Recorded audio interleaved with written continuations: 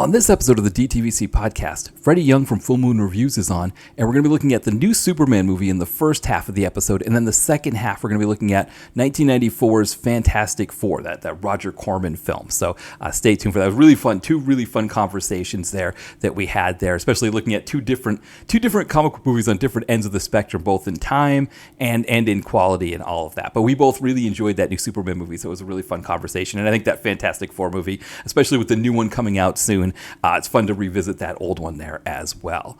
And then next week, Mitch from the Video Vacuum is back, and we are going to be looking at a classic of sorts, The Rare Blue Apes of Cannibal Isle. So it's the kind of movie that only Mitch could bring to us, but it's also the kind of conversation you could only probably have. You know, he has such great movies that he gives us, and this one this might be the craziest of them all. So that's next week. A really fun conversation there again on a movie that it's completely out there, completely bonkers. So check that one out next week. And then in terms of DTVC Extra, I don't know that we've got anything in the hopper for that.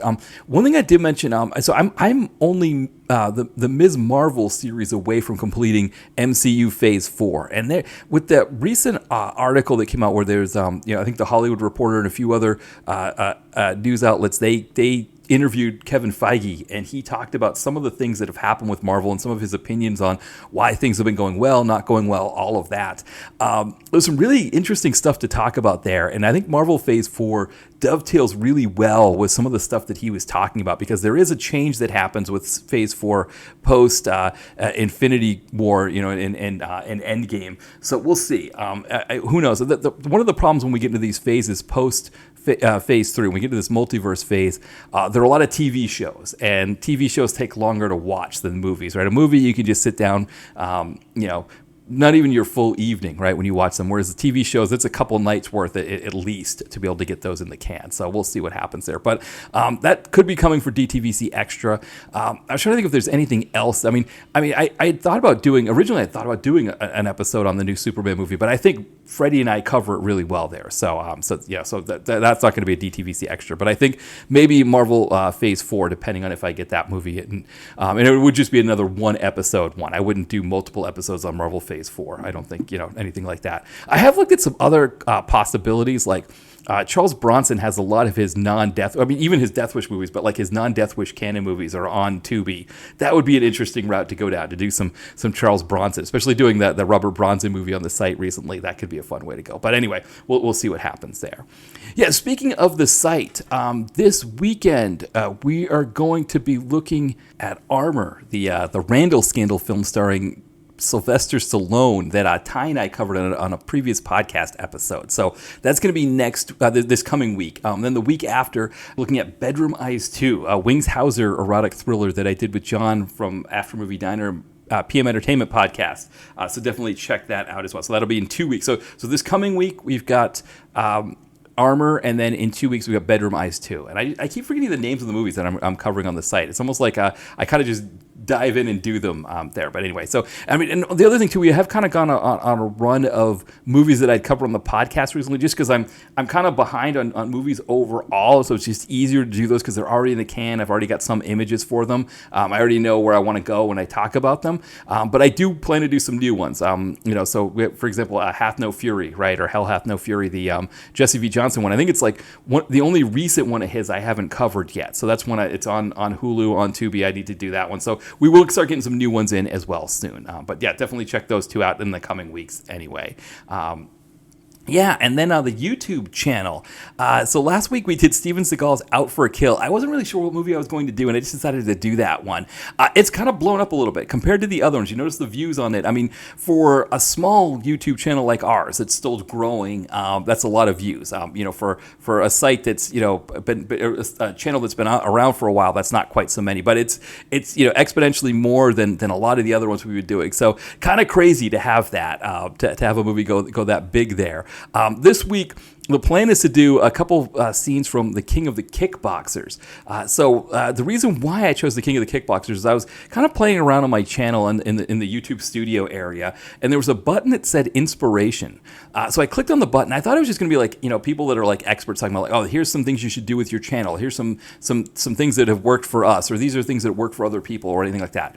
No, it was AI suggestions for episodes that I should do for the YouTube channel.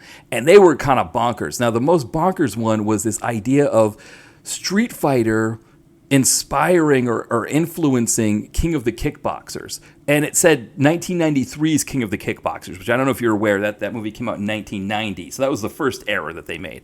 The thing is just bonkers. And I took screens of it, and I posted the screens on our Blue Sky account. So if you're not following us on Blue Sky, you should. I think I've got links. I don't know if I've put the links in our podcast description, but we are on Blue Sky, and I posted a thread just going through the whole thing of these different suggestions that we're making that just made no sense. They were saying that Albert Pyun directed King of the Kickboxers, which he didn't, but also that he was inspired by Street Fighter, which he wasn't. It said Lauren Avedon's character's name was Eric, which it wasn't. All kinds of just bonkers stuff that the AI came up with, and I was trying to, in a way, try to piece together where the AI would have gotten some of these ideas. Like, for example, Eric, that's the name of Kurt's brother in the Kickboxer movies. So that could have been one area where they were getting things wrong. But it's just so. And then I think Dale Apollo Cook, like one of the AI generated images for the thumbnail looked like Dale Apollo Cook, and I was like, well, 1993 was American Kickboxer 2, so that could be another one that they were getting information from. It's just kind of all over the place. But it was just this idea of like, okay, well, let's do King of the Kickboxers for the YouTube video this week. So that'll be the plan for this week. We'll definitely do that. And then in terms of guest appearances, so I have recorded with some other ones. So those will be coming out soon. I'll let you know when those come out. I got to give a quick shout out to PM Entertainment Pod because they recently did Skyscraper with Ty and Brett from Come Up, and so obviously Ty is on this podcast once a month here. They do a great job talking about Skyscraper, so definitely check that out as well. I mean, the PM podcast, you should be subscribed to that, and be checking out every newest episode of that for sure. I think that is everything. So why don't we have John Cross from Miscellaneous Plumbing Fixtures playing our theme song, and then when we come back, Freddie Young from Full Moon Reviews will be on, and we'll start by talking about Superman.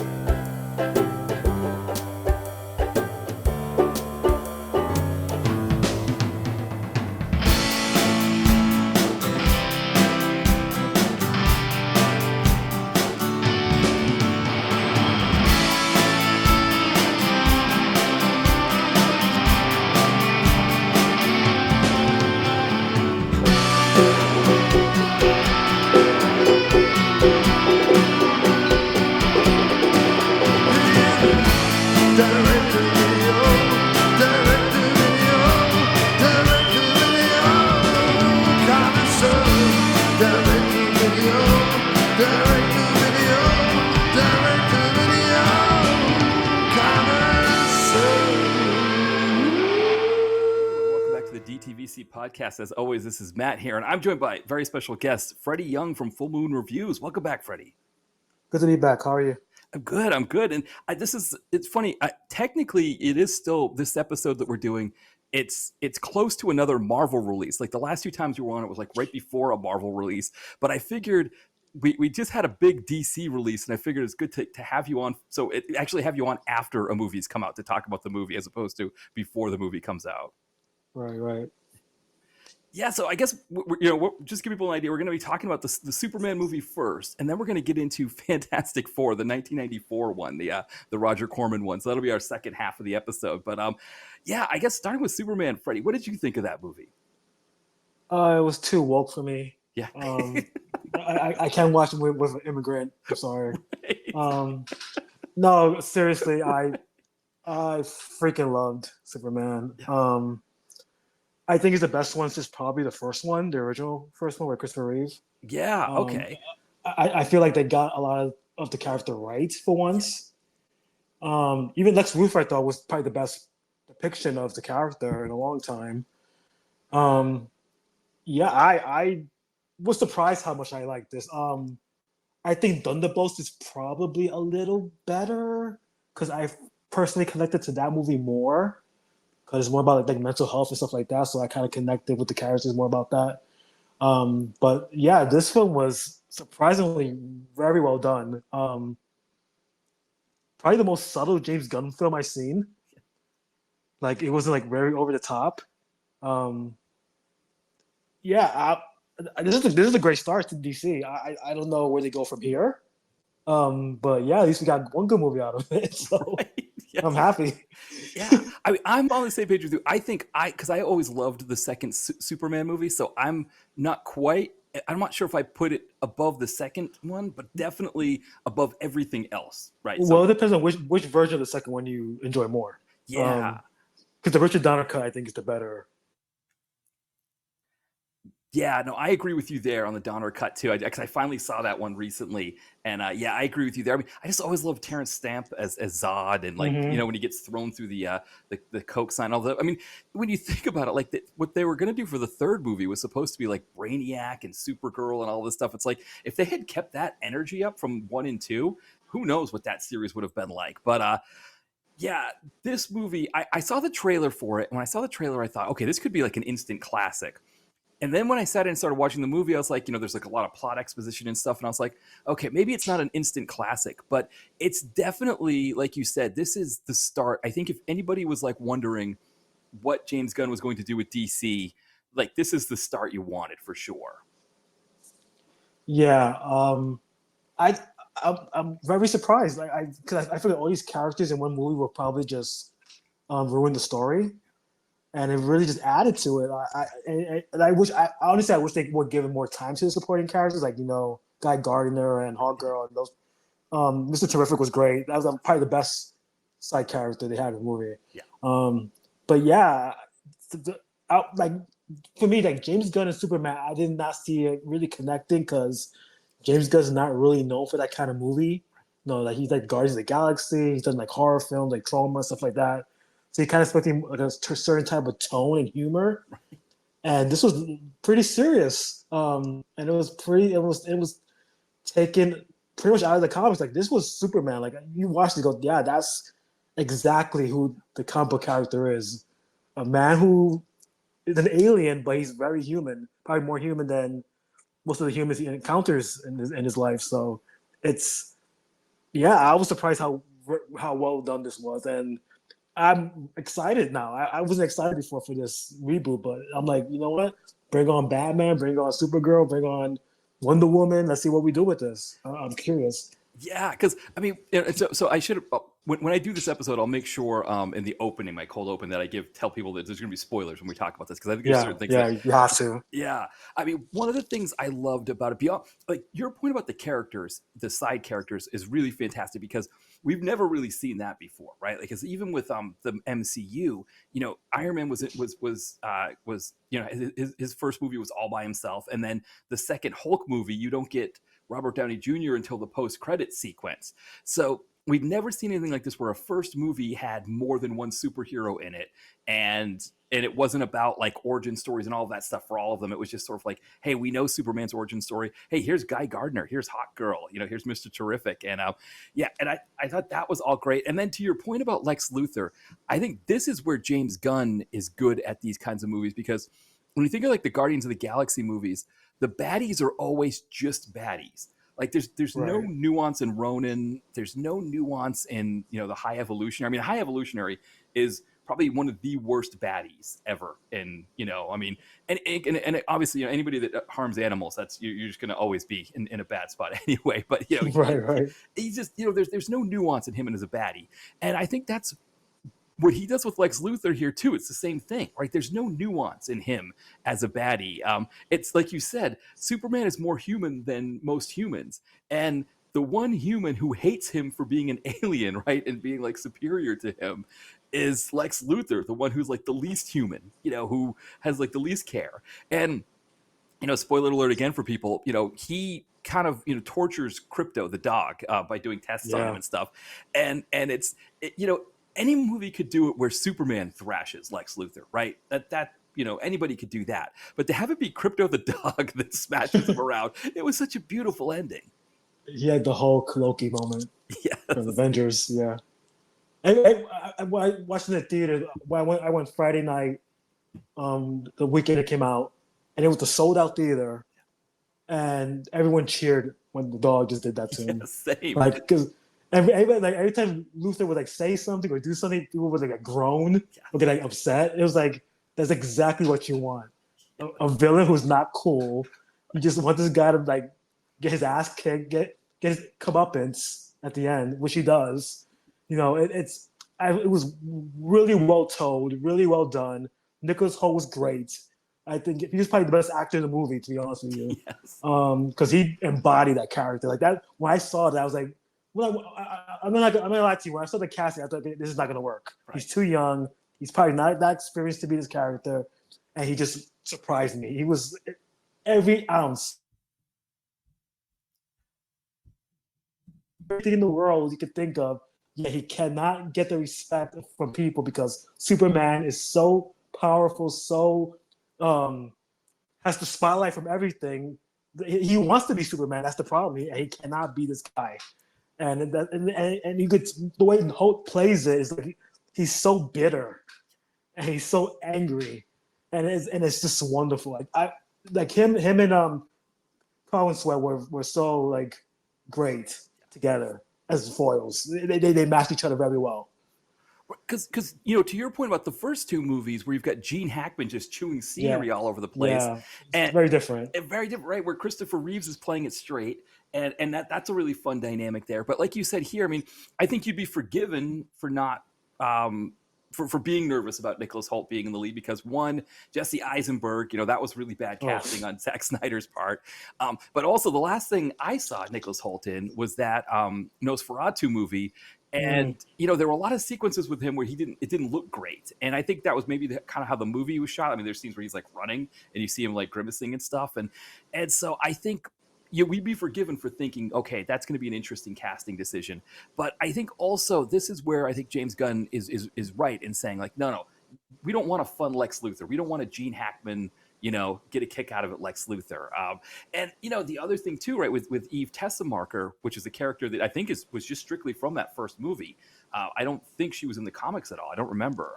I think she is. Oh, is she in the? Okay, she was. Okay, I think she is. I wasn't sure. Yeah, because when he uses that character. In the first movie, she sees Superman drowning, and she has to go rescue Superman. She feels horrible about that. In this movie, it's Krypto, right? It's the treatment of Krypto that makes her say, "I've got to reach out to Jimmy Olsen and tell him where Superman's being held."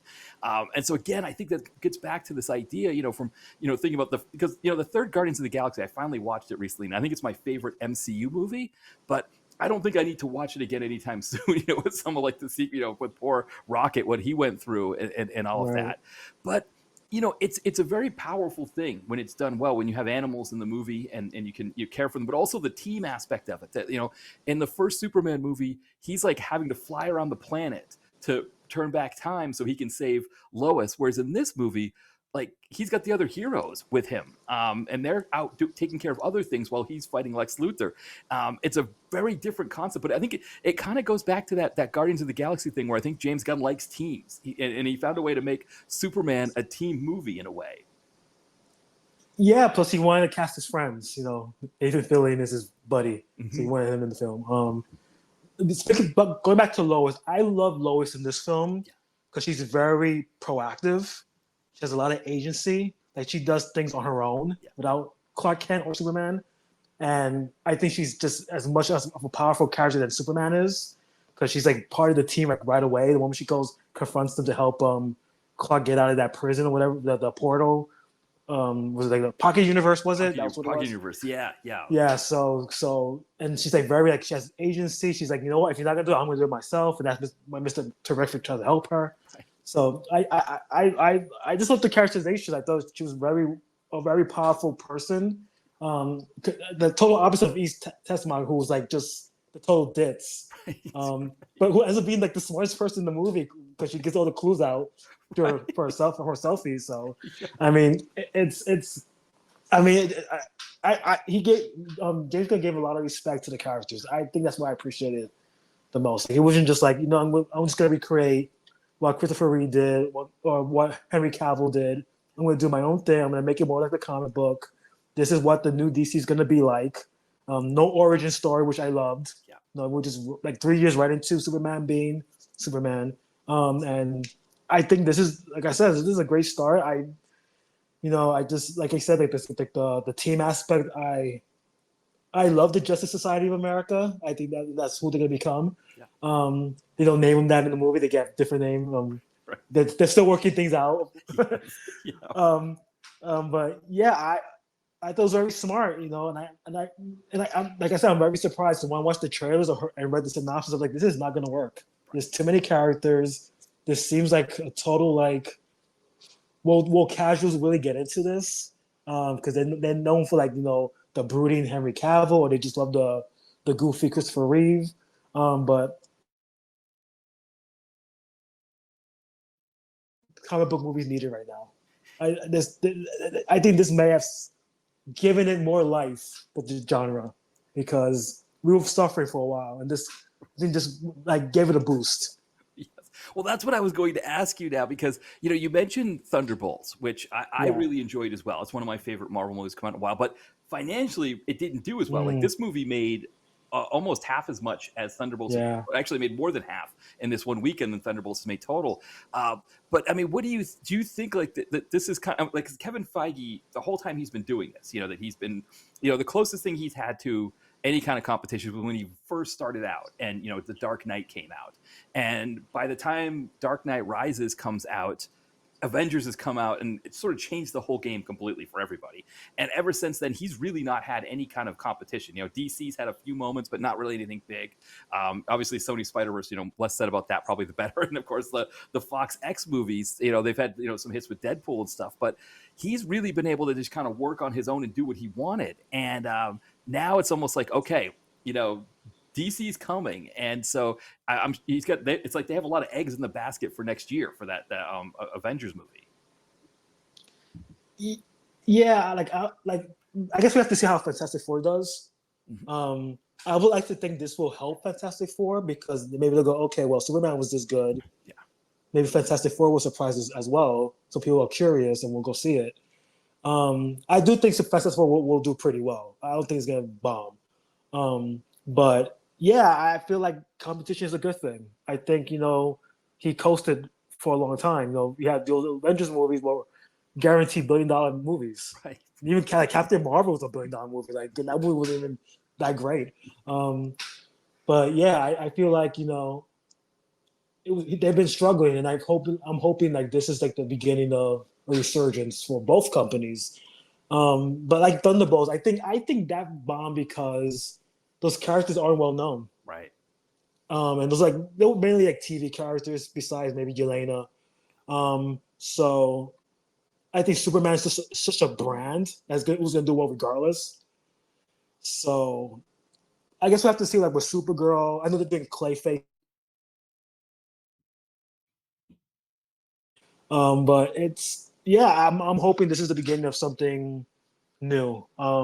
Maybe less brooding movies and more fun, action-packed movies like this one was, because I think that's why this has resonated, because it's just a fun movie. Yes, there's commentary behind it, immigration, Trump, all this stuff, but it's done in a way that you don't really think about it, like, on the surface. It's all subtext. And I feel like that's why this film works. It's not forcing you to choose a side, but it's making you go, you know what? Maybe I am the asshole who voted for this guy. Right? And it's like, yeah, well, why are we supporting the billionaires? Like, what are they doing for us? Like, I'm hoping maybe this is a shift in something, politically, socially, something. Like, something has to change. And I'm hoping maybe the success of this movie has proven that maybe people are coming around on that mindset. Yeah, no, that's a really great point too. I mean, you think about like where you are in New York City. The nomination for Mamdani. I mean, that was huge. And the funny thing about his nomination is that people will talk to him about like this quote radical agenda that he has, close quote. And he's like, my agenda is I want kids to eat. My agenda is I want people to be able to afford housing, and especially afford housing in the communities that they built. Right. and they're not really radical concepts. Even like the free bus thing is not so radical when you really think about it. I mean, yes, we're so used to having to spend money, and I know here in Philadelphia, there's no way they'll ever get there for free buses because the state just doesn't. Right now it's at a funding crisis where we might not have any buses pretty soon here. Wow. So it's really bad, but it's like. And I think to your point, like you watch a movie like Superman where Superman says, hey, maybe being nice is punk rock, right? Like maybe that's Right, the right. punk rock thing. And it's like, Lois is kind of like, yeah, maybe you are more punk rock. And of course, like you said, the way it's packaged, right? Where Lois and Clark and Superman are having this really poignant story or this poignant conversation, while in the background, there's this big glowing eye thing that, you see like Guy Gardner and Hot Girl and Mr. Terrific are fighting it. And Lois is like, do you need to go out and help them? He's like, no, they got this. And so they're having this really poignant conversation while that's happening in the background. And he gets up and he says, I'm going to go turn myself in. And she goes, well, why are you going to turn yourself in? And he's like, well, because I imagine wherever they take me is where they're holding Crypto. And Crypto, as much as he's a pain in the ass as a dog, he's a dog and he's probably scared and he's by himself and he needs somebody. And it's like, that's why he turns himself in, that's why he goes through all that. It's not because, it's he's going to defeat Lex Luthor or anything. It's because I want to find out what happened to my dog, to the dog. It's not even his dog, right? We find out he's fostering it for Supergirl. Right. It's such an amazing, the whole sequence, like you said, it's just so amazing where you've got Lois too, who, like you said, I mean, Lois, having that agency. I mean, to your point about how maybe you could say that these are better than the first two, like I said, maybe not better than the first movie, but where it is better than the first movie, is that instead of Superman having to fly around the world and bring Lois back to life, in this movie she's like flying ships, and like Mm-hmm. going to help people, in the other country, help with the other on the other front where Superman is. It's such a great change of pace, and I guess too, when you think about the Guardians of the Galaxy, he never really did that kind of thing in Guardians of the Galaxy either. It wasn't like Gamora is being kidnapped or something like that, and they have to rescue Right. her. They never really did that stuff there either. Yeah, and I feel like every time that Superman was in trouble, she will like right away try to help him. Yeah, Like doing like the journalistic way, not doing like comic book way, but like Jimmy Olsen was a big part of that, which I think is an interesting character. There was a lot of debate about Jimmy Olsen's character. I guess we could talk about that later. right. But yeah, I felt like she was pretty much his partner in crime in a lot of ways, where behind the scenes she was kind of helping him out, and she's not really getting the credit for it. So it's like unlike like the previous movies where Lois is like the journalist, but she's pretty much almost like a damsel in distress in a lot of ways. Yeah. And this Lois is not. She's very much like, I'm head bitch here. Right. At the Daily Planet, you don't mess with me. Yes. So, and I like that. I like that in a way, like she's tougher than him. Yeah. But he brings out the softness out of her, and I think that's why that couple works so well in this movie, and you can believe it. And when they have argument, and that whole conversation when she's recording him. No, that whole is totally tense and believable, and you believe that these two characters are believing what they're telling each other. Yeah, and it's so well done and so well acted and so well written. It's like, yeah, I buy this universe. I buy that these people are real, and they're arguing about a real situation that they were both involved in. I'm like I said, I'm amazed how well this came out. Yeah. Especially as a first film, a director who's not really known for this kind of stuff, to be honest with you, and a pretty much unknown cast, who they haven't really proven us. They've been good in other things, but this is like a major project, and they all knocked it out of the park. Like, this is just like, I'm amazed how well, and like, the fact that Warner Bros. Even allowed this thing to come out with this commentary is amazing to me. Like, yeah, I think this is the film we needed right now, and I think that's why it resonates. Right. I mean, yeah, when you think of like Isabella Merced, who plays Hot Girl, I wouldn't have been surprised if after Madam Web she didn't do another comic movie ever again, right? But James Gunn, he convinced, people wanted to work with him. I mean, that's the other thing too about, like you said, it's crazy. Like Zaslav, he when he took over, when there was the merger with Discovery and he took over, he didn't make a lot of great decisions. Obviously, we know the Batgirl situation where he dumped that. I mean, he lost the NBA for TNT, which is huge. Charles Barkley and them, they've been doing NBA on TNT since like Barkley was still playing. That the NBA was on TNT. But one of the things he said was like, we want our own Kevin Feige. We need to get our own Kevin Feige. And then when Disney fired James Gunn over the old tweets that he had, DC snatched him up and said, okay, this is it. And then they got to see what he could do with the Suicide Squad. I think originally he was going to do something else, right? And then he ended up doing the Suicide Squad instead. I can't remember. I think so, but I don't know what the movie was. They wanted him to do something else. Maybe they wanted him to do another movie, and he said, no, I'll do the Suicide Squad. And they said, all right, fine. And then, Marvel, I think Marvel was like one of those things where they realized, like, one was that he was really contrite about, or he was, he didn't like try to dodge what he had said. He said that there's some things I shouldn't have said. They were bad. When they hired him back, I think part of it was, I think the cast, even though the cast, a lot of them said they would do the movie, they'd fulfill their contract. They really wanted him there. But that's how DC gets him, right? They see how he is. And Zazzle's like, okay, that's my Kevin Feige. And it's huge. That's a huge leap, right?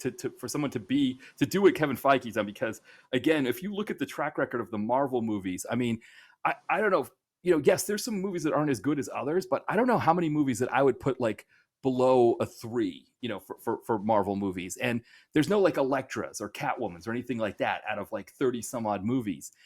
And, now James Gunn, it's on him. He's got to do this, but he's come out of the gate with the first one here. It's not like Iron Man. It's its own thing. It's completely different. Like you said, it's also not like the early Superman movies either. He's done something completely different with this, but done it in a way that's like really modern. Like this is how comic book movies should be made today, right? We all know about all the characters. You can't just have an isolated movie with one character and nobody else in it. You got to have other characters in it. And he did that. We don't need origin stories anymore. We know how all these people came about. And he just, he made the right movie for the right time. And like you said, there's messages in it that people might find to be political. I don't know. I think they're more, you can even say they're more reality based, right? Like he's talking about the reality of the way we treat each other and those kinds of things. And yeah, if you're someone who, like you said, hopefully people read that and say, yeah, maybe I am being kind of a jerk to other people if I'm acting like this. Yeah, I mean, in reality, it's just a story about a human being, who just wants to be doing human things and wants people around him to be human, despite him not being from Earth. He's. It's the whole like debate about the immigration thing was so ridiculous to me because like who Superman is. Why are you complaining? Right.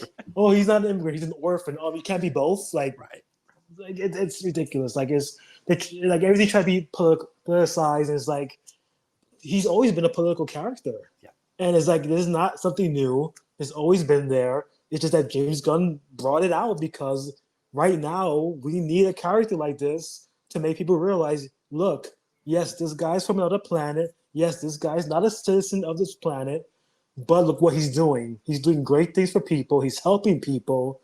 He took a job as a journalist to tell the truth about what's going on in the world. He's not trying to hide, who he is. The thing with his parents, we're gonna spoil it, but there's a message book from his parents that he didn't know about, like the last half of it, which kind of tells me he needs to take over. And they kind of like using that, like, oh, like they kind of like gaslighting him and, kind of make him look like a bad guy, right. Which is like a very like political campaign, smear campaign. This is like a very smart, modern, like you say, a modern take on the character, which, I think back then it was just about, a guy who could fly. Now it's about a guy who has a heart and can be human and have compassion for people. And he can also fly. He can also do these things, but his biggest power is his heart. And I think that's what people need, and people need to see and go, you know what? I have been an asshole to a lot of people the last few years. Maybe I need to be more compassionate. Maybe I need to do a little more research on these topics before I make an opinion. And I think like that whole conversation where Lois is recording him, that's what that conversation is about. Like him kind of having like this lack of awareness about what he was doing. Like, yeah, this guy's evil. I'm trying to stop things from happening, but you can't do that because it's against the law. Right. And you need to understand that you're not a human being. You can't do this because you're not human. That makes you look worse. Right. So I love that scene. I thought that scene was great. So yeah, I like this film hits people on so many levels. You can find politics out of it. You can find social issues out of it. But you can also find, this is a comic book, pretty faithful comic book adaptation of Superman with great action scenes. Special effects aren't that bad. The trailers made them look worse, to be honest, but I think they kind of fixed that up in the main film. You have a villain who's actually a villain. Who's not a cool villain. Side characters, yes, they could be more fleshed out, but they're cool enough where you kind of go, I want to see those characters again. And you have a ending with Supergirl that makes you want to see that movie.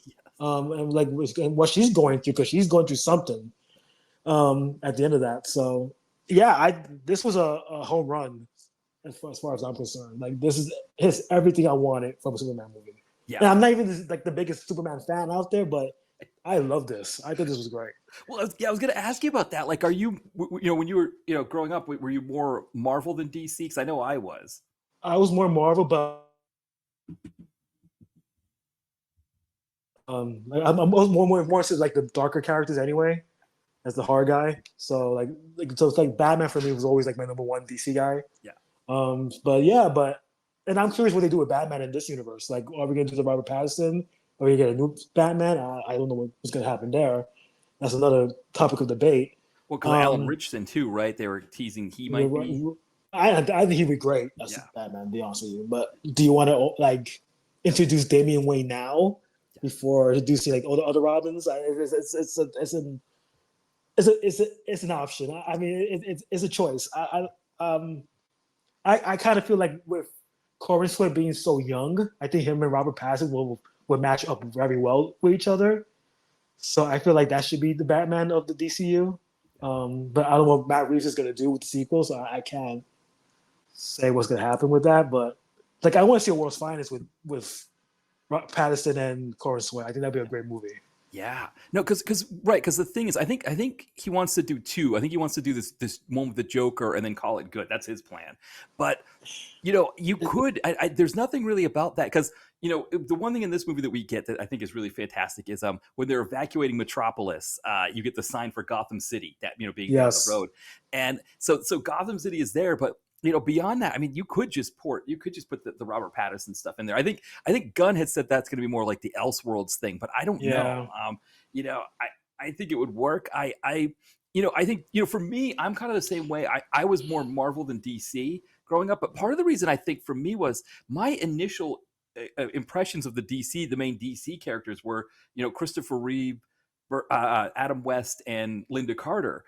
And so when I saw the comics, I was like, oh, these comics are like an adaptation of the TV show. Like, I took my brain had to, I had to learn as a kid, that no, the comics came first and the shows came after. Whereas with Marvel, there were cartoons, but there were really no live action. I mean, there was the Hulk, but I didn't really watch that. I was young for that. But so I think that's why it was like they were more natural to me as comic book ones. But the one character I collected in that late 90s, kind of talked to your point about like the darker characters, was Lobo, and he's supposed to be in this new Supergirl movie, played by Jason Momoa. So I mean, it feels like he's gonna, Gunn is gonna build on this movie here and give us something else. The other thing is gonna be interesting to see because Marvel is still, Marvel's back to doing 2 or 3 movies a year, and I don't know. I mean, when DC tried that, they were kind of just spitting out a bunch of stuff in what was that 2023, I think it was, and none of it really stuck. I wonder what's going to happen with Gunn here when he starts farming these things out to other people and they start doing 2 to 3 movies a year. Because at some point that's going to happen. Zaslav's going to knock on his door and be like, "Hey, I don't know how much longer we can do this 1 movie a year thing. We need a couple in here. We got to be like Disney." That's going to be interesting to see how that works. But then, like to your point, if you've got people that are already establishing like Batman and things like that, maybe you can work off of that stuff and you don't have to be as hands on. Yeah, that's my fear is because I feel like they're gonna do like also the TV shows too, like Marvel's doing. Because like the Lanterns, I think is a TV series on Max. Yeah. Which I think this film actually helps because Guy Gardner is such a cool character. I don't know if he's gonna be in the show, but like just the Lanterns themselves, I think that's a good establishment of that. I don't know, I feel like two movies is probably good a year. So I think Supergirl and Clayface is actually good enough for next year. But you also have Peacemaker, which comes out next month. Right. Um, and that's gonna be weird. Like, how is it part of both universes? Yeah.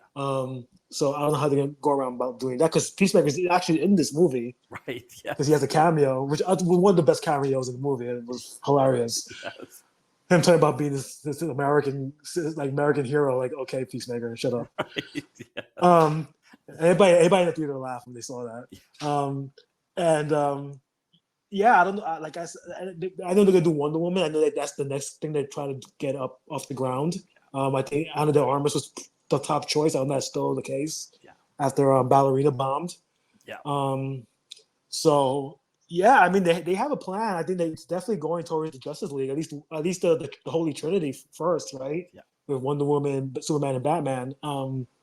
But yeah, I don't know who is the main villain of this phase. We don't know yet. I heard that Vandal Strange might be the main villain. I don't know if that's the case or not. Or Maxwell Lord, right? Because they teased Maxwell Lord with James Gunn's brother was playing him in the movie. Right. Yeah, like we don't.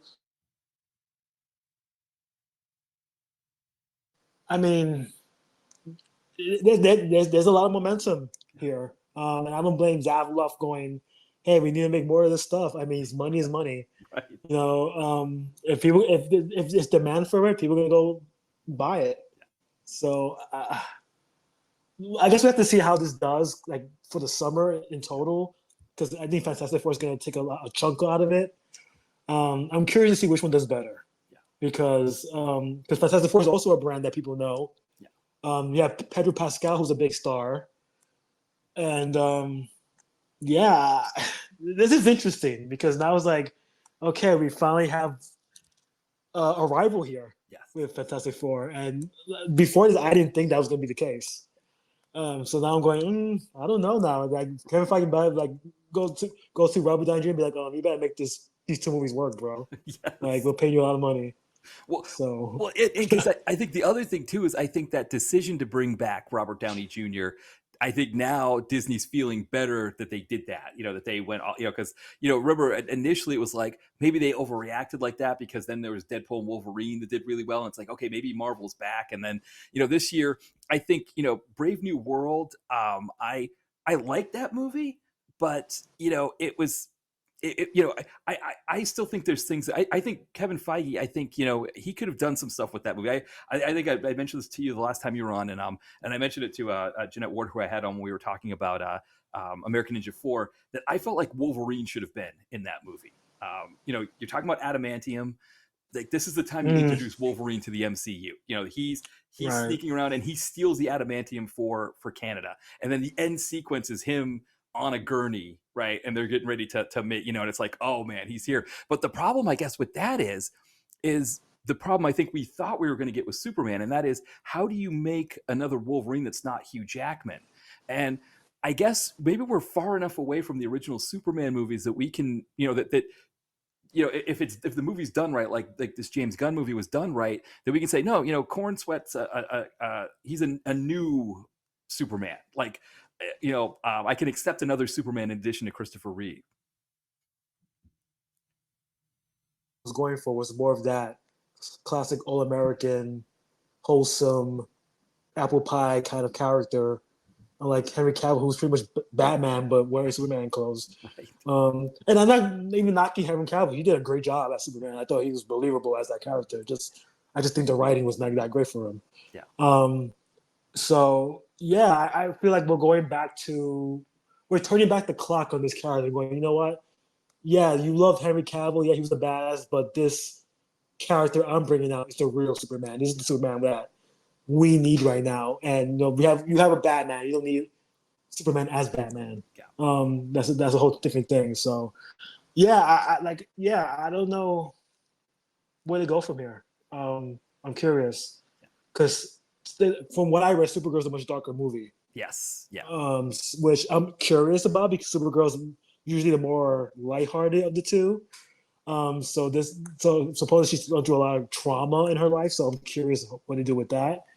My issue is the Clayface thing. I don't know why it has to be his own movie, but Right. it's like Venom all over again. Like, okay, Morbius. Okay, well, why is he getting a movie? Yeah. Like, sure, okay. Right. No, you make a good point because the original plan for the third Superman movie was supposed to be a darker interpretation of Supergirl. She was supposed to like Right, be right. living with Brainiac, and he Mm-hmm. like was sort of keeping her prisoner, but like gaslighting her and stuff like that. And then she, realizes what's wrong and rebels against him. So that's, I guess, maybe that's part of where he's drawing that from. But to your point about Henry Cavill, I completely forgot about Deadpool and Wolverine, where he plays Wolverine. I mean, that probably would have been the move.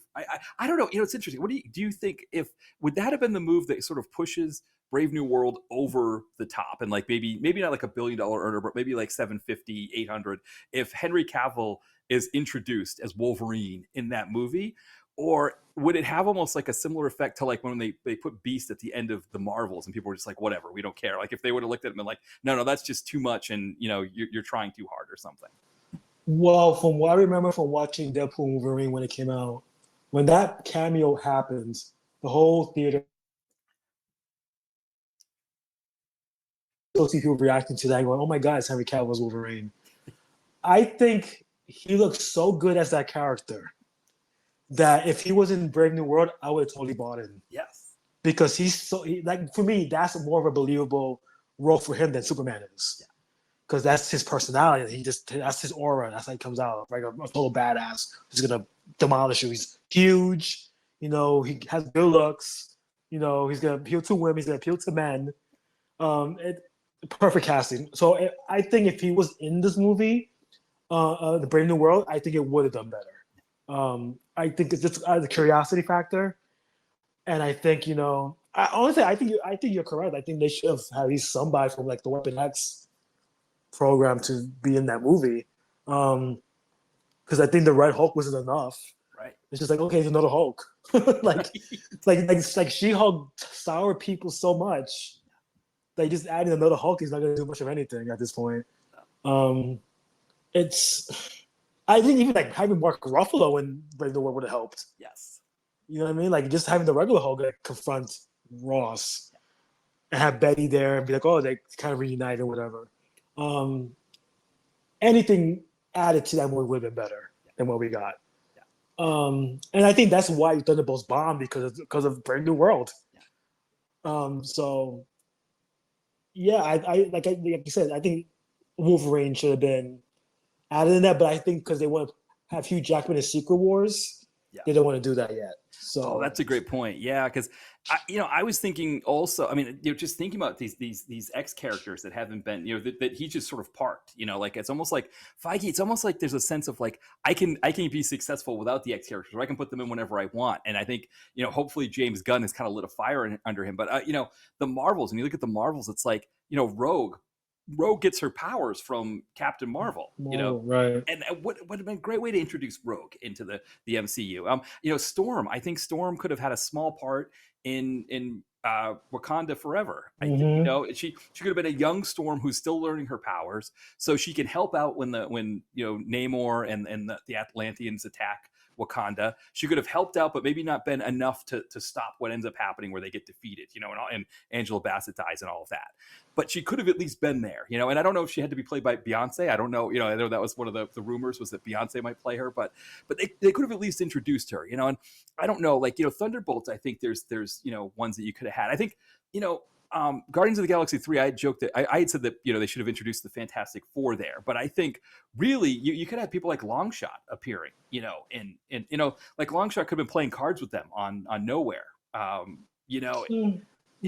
don't know. I think, I think what's going to happen now is I think, Feige's probably going to realize after Doomsday that he's got to move quicker on some of these things, that he's got to, start, bringing the X characters in sooner rather than later. But, to your point too, I guess if he's going to have Hugh Jackman in Secret Wars, maybe it would have been confusing to have Henry Cavill as the MCU Wolverine already in the movie.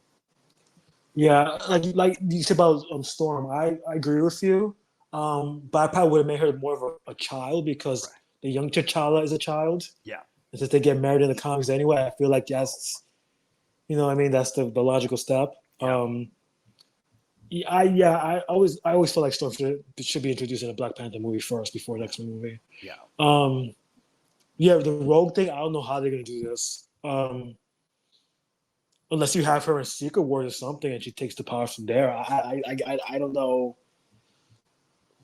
It's gonna be interesting how he does this because he said he has a 10-year plan, Right. and I'm like, do you have a 10-year plan, or just saying you have a 10-year plan to keep your job? Like I don't know. Right. Um, Well, I mean, they had a 10-year plan. I just watched Ant-Man Quantumania. That's like the last Marvel movie I had, like feature, movie that was released in the theater. It was the last one I had to watch last night. I watched that one. And I mean, they were ready to roll with Kang. And I mean, Jonathan Majors was great as Kang. He was a fantastic villain, but they couldn't use him anymore, and so then they certainly had to shift. But to your point about did they have a plan? I mean, yes, Kang was a plan, but we've had 2 phases in a row that didn't end with an Avengers movie. So yeah, right. And I think that also needs to be like, I feel like Secret Wars needs to be the end of that Avengers.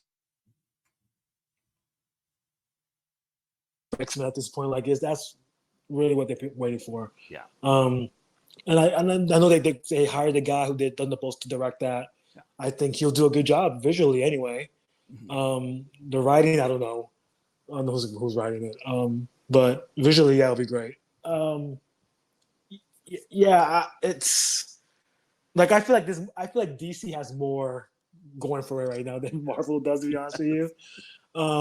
Even though I feel like Fantastic Four might hopefully do something and introduce new characters. I don't know what the end credits for that is. Yeah. Because Galactus is obviously going to be taken down. So do you introduce Doom there? Like, is he probably just going to do a cameo? Yeah. Like, I don't know. So I know there'll be Spider-Man next year also. I think that's coming out. Yeah. It's we're Punisher, which is great. Yeah. So I don't know what they're gonna do. It's like they're like I feel like they're all over the place right now, right, in terms of everything. Like they're doing like the witch stuff with Agatha. Yeah. They're still doing the space stuff with Thor and the Guardians. Did they ever come back? You have the Avengers stuff now happening. Doomsday, the multiverse is still happening. Yes. Why? I don't know. It's like we need to wrap things up before we can wave the dust off and go, okay, what do we do after this? Yeah. Right now, DC has a plan, and I can see where they're going with this whole like Justice League thing they're doing. Which I get where they're going. Marvel, I'm like, do you even know which way is which at this point? Yeah.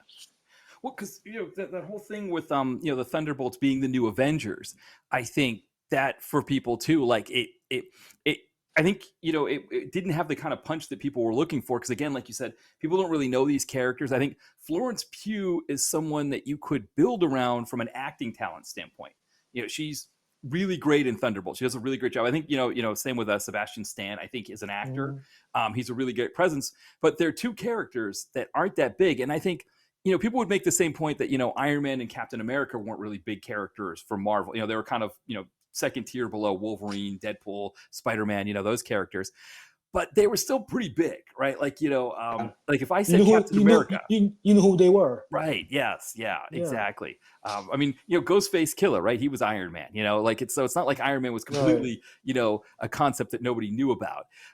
But, Winter Soldier, Yelena Belova, I mean, those are characters that are very like kind of, modern. Right. Yeah, they're very new. I mean, what was the Winter Soldier storyline was 2004, I think, right? Yeah, 2004, 2005, yeah. Yeah.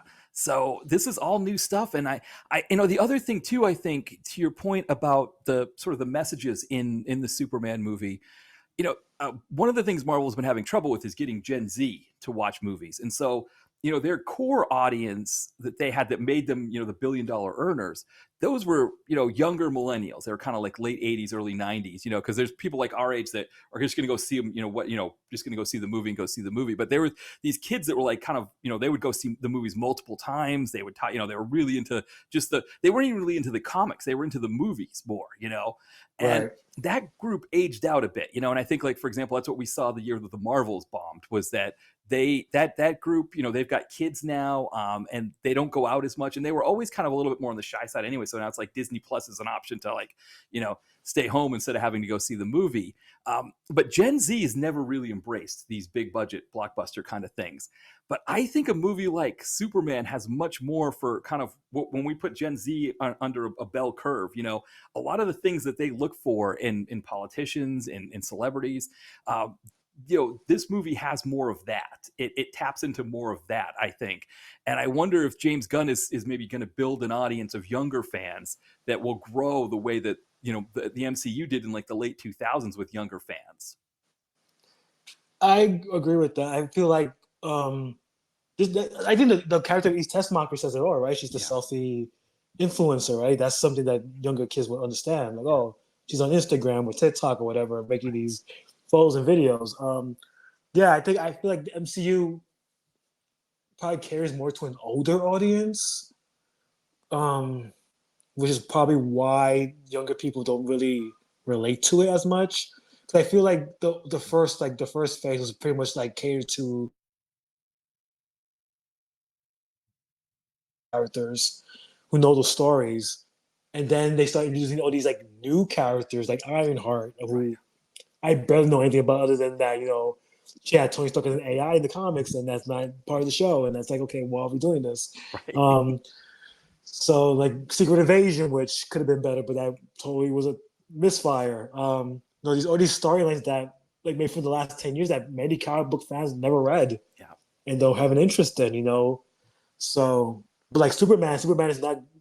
Superman is based on All Star Superman from 2005, but it's not really like telling that story. It's telling a story that's pretty much current in 2025, where you can understand. Even no matter what age you are, you understand it because we're all going through the same stuff politically and socially. You know what I mean? So, even though I've heard from like older Superman fans that they didn't like this movie because it was like too like current. Yeah. So it's like it's a damn if you do, damn if you don't. Right. But I feel like people who buy the movie tickets are the younger crowd. Yeah. So I think they made the right move here, where they go, you know what, let's make this a little more younger. Like Lex Luthor's about maybe 30 Right. in this movie, and he's not an old guy. He's like one of those tech bros, from like Silicon Valley.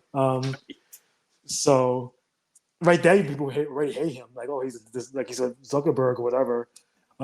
So it's I think James Gunn is very hip to that. I think he made the right choice in terms of the audience. I think you're right. I think DC's probably going to cater more to a Gen Z, what's it called? Gen Alpha or something? I don't know That's a what Gen it Alpha. is. That's like the next. Yeah, that's the kids that are born like the Yeah, 2010s. Yeah. yeah. So that's probably what they're going to do. They're going to probably cater to a much younger TikTok, Instagram, social media crowd that's going to promote their movies, and I think that's the right play. And I commend James Gunn that that's his idea to do that. Because I think that's what Marvel needs to do. Like Marvel needs to be like, you know what? Well, these instead of using new characters, go back to the older, more established characters that people know, and get the younger crowd on board with that. Like X-Men '97 did very well because all audience enjoyed that. Yeah. So I feel like I think that's what they need to do, Marvel. But I think DC right now is on the right path in terms of the audience. Well, and you make a really great point about that too, because after Deadpool and Wolverine came out last year, in the fall here in Philadelphia, one of the local indie theaters played Blade, the first Blade movie. And so I was like, I got to go see that, because I think the last time I'd seen it was when I saw it in the theater when it came out. So I was like, oh, I'm going to go see it again. And half of the crowd was people our age, that saw it when it first came out and were excited to see it again. But the other half were younger people who I think were exposed to Wesley Snipes in Deadpool and Wolverine, and they wanted to come see what it was all about, see what this movie was. And I don't, nobody was leaving early. Everybody enjoyed it. And I think, to your point, like these older characters, I mean, Blade is one, he's from the 70s originally. He's an older character that, I think, he's one that's established and could be a lot of fun. I think Morbius, if you've got Morbius and Blade together, those are two characters you can put together that they wanted to put together for the sequel for Blade. And I mean, kind of to your point too about the Superman movie. I mean, Mr. Terrific has some real cool like 70s vibes to him. Yeah. The way he talks, the way he does things. But yeah, he's still very modern, right? Because the way he's still fighting in a very modern way. And so I think those are kind of things that appeal to younger people. But I think if you're an older person watching this, you got to look at that too and be like, hey, this is a nod to some of the blaxploitation stuff. I mean, to your point about Lois Lane, I mean, she's very much I think of, what was it, Coffee Brown? Was that the Pam Grier movie where she was a reporter, I think? Is it Coffee? I think Coffee. It was Coffee, right? yeah, where she's a reporter, and like she's never a damsel in distress, but like she's also like never like she's getting threatened by Carl Weathers, Yaphet Kotto's hanging around as her partner, but he never really saves her. She has to kind of get out of things on her own, and there was a lot of that character in Lois Lane, I think, and it again, the fact that he played it that well, again, that's the kind of character that I think younger people watching this will really appreciate. I think they also like Isabella Merced's Hot Girl, and I think, it's going to be interesting to see what happens with Supergirl, and this is going to be an interesting. We're setting up for an interesting year next year because depending on how this Fantastic Four movie does, we could have what is Doomsday supposed to be coming out in 26, right? And so it'll be Doomsday next Supergirl, yeah. So I think Supergirl comes out before Doomsday because they moved Doomsday to like the December of 2026, I think, at Christmas, which is a weird release. Which is a weird release date. I don't know why they're doing it for. I just weird. Yeah. Okay, I think they put like Spider-Man in his place. Right. That's the plan. Yeah. Right. It was supposed to come out after Doomsday, but now they moved it before. Like I said, I don't know what they don't know what they're doing over there. It's so confused. Yeah. I'm like, where are we going with this Doomsday thing? I don't know.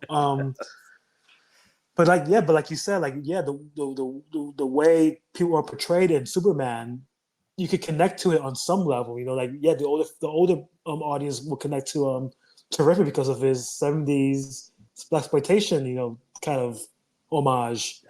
But he has like all these this technology around him that he's 2025. Yeah.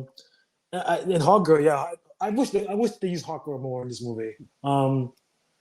I feel like she was a little bit slighted. Yeah. But I thought she was a cool character. I thought her also kind of being like they're talking about the immigration. She's kind of also not really like in a way an immigrant, right? Because she's like she's Latina. Yeah. So she kind of connects to Superman in that way also. And I forgot what moment she has towards the end where she's like the villain's kind of telling her something. And she kind of said this remark and kind of it kind of popped in the crowd when she said it. I think something like Superman's more human than I am, something like that. Right. Yes. Because there's something about like is it when she's carrying the dictator? And yes, that's what it is. Before she drops him, right? Because she ends up killing him. She drops him, and I think he says something about like you're just like Superman, right? You're just like Superman. She doesn't know I'm the total opposite of Superman. She just drops him. Yes. Which was like she's less human than Superman, which I thought was actually a nice touch. Yeah. I wish they used her more, and I wish I feel like of the three that they introduced, she was like the least they used. Because even the alien guy in the Pocket Universe was used more than she was, to be honest. So there's a lot of going on in this movie, but it was so like I was so invested in everything.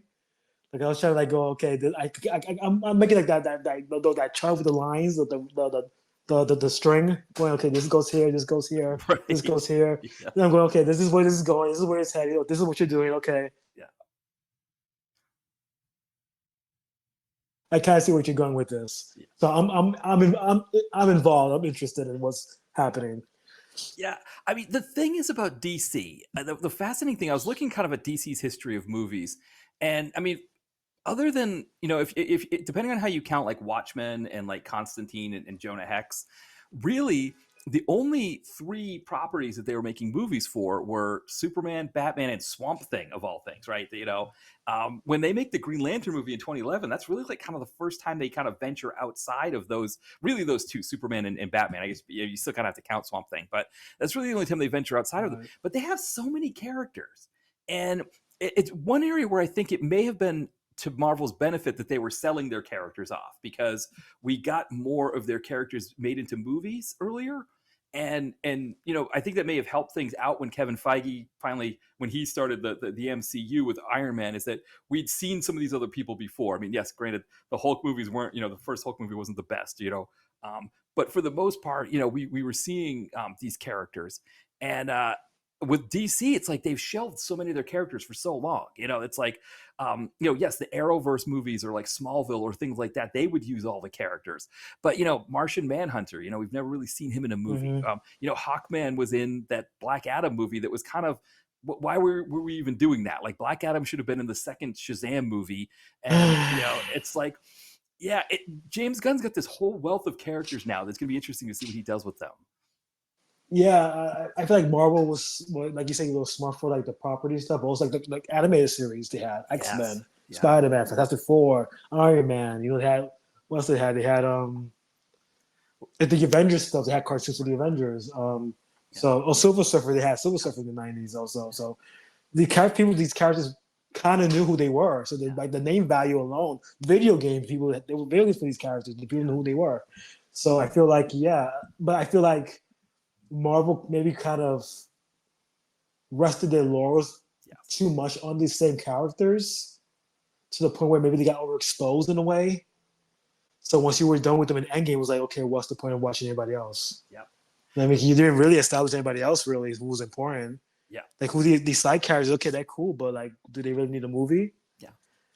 Yeah. Well, because, you think about it, after Endgame, obviously there's that Spider-Man movie that does really well, mm-hmm. Far From Home.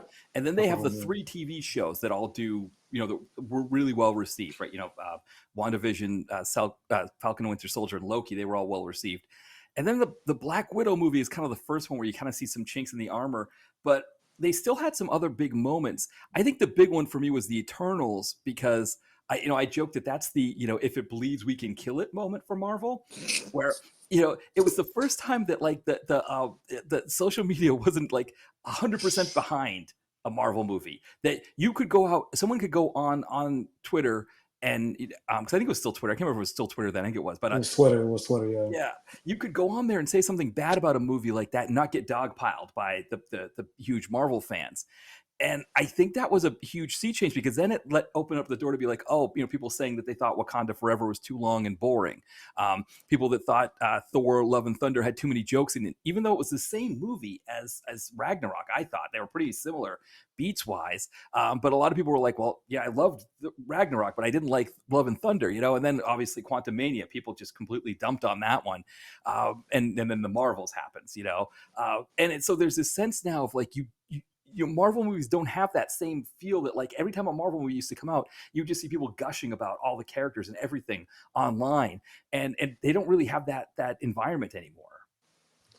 I also feel like it's also because I think the movies after Endgame became more like products rather than movies. Yeah. So it's kind of like, you had, what was it, Black Widow. Black Widow would have done well if it had come out before Endgame. Yeah. I think that was one of those cases where it was just like too little, too late. Even though you had a great performance by Florence Pugh and Scarlett Johansson, but no one really cared at that point. Taskmaster, I don't know what they did with that character.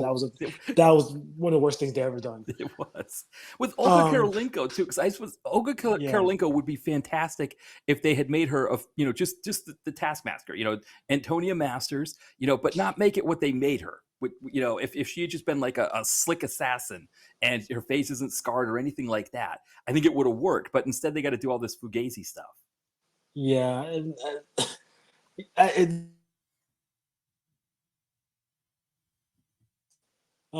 didn't hate that movie, but it's not a movie I go back and watch.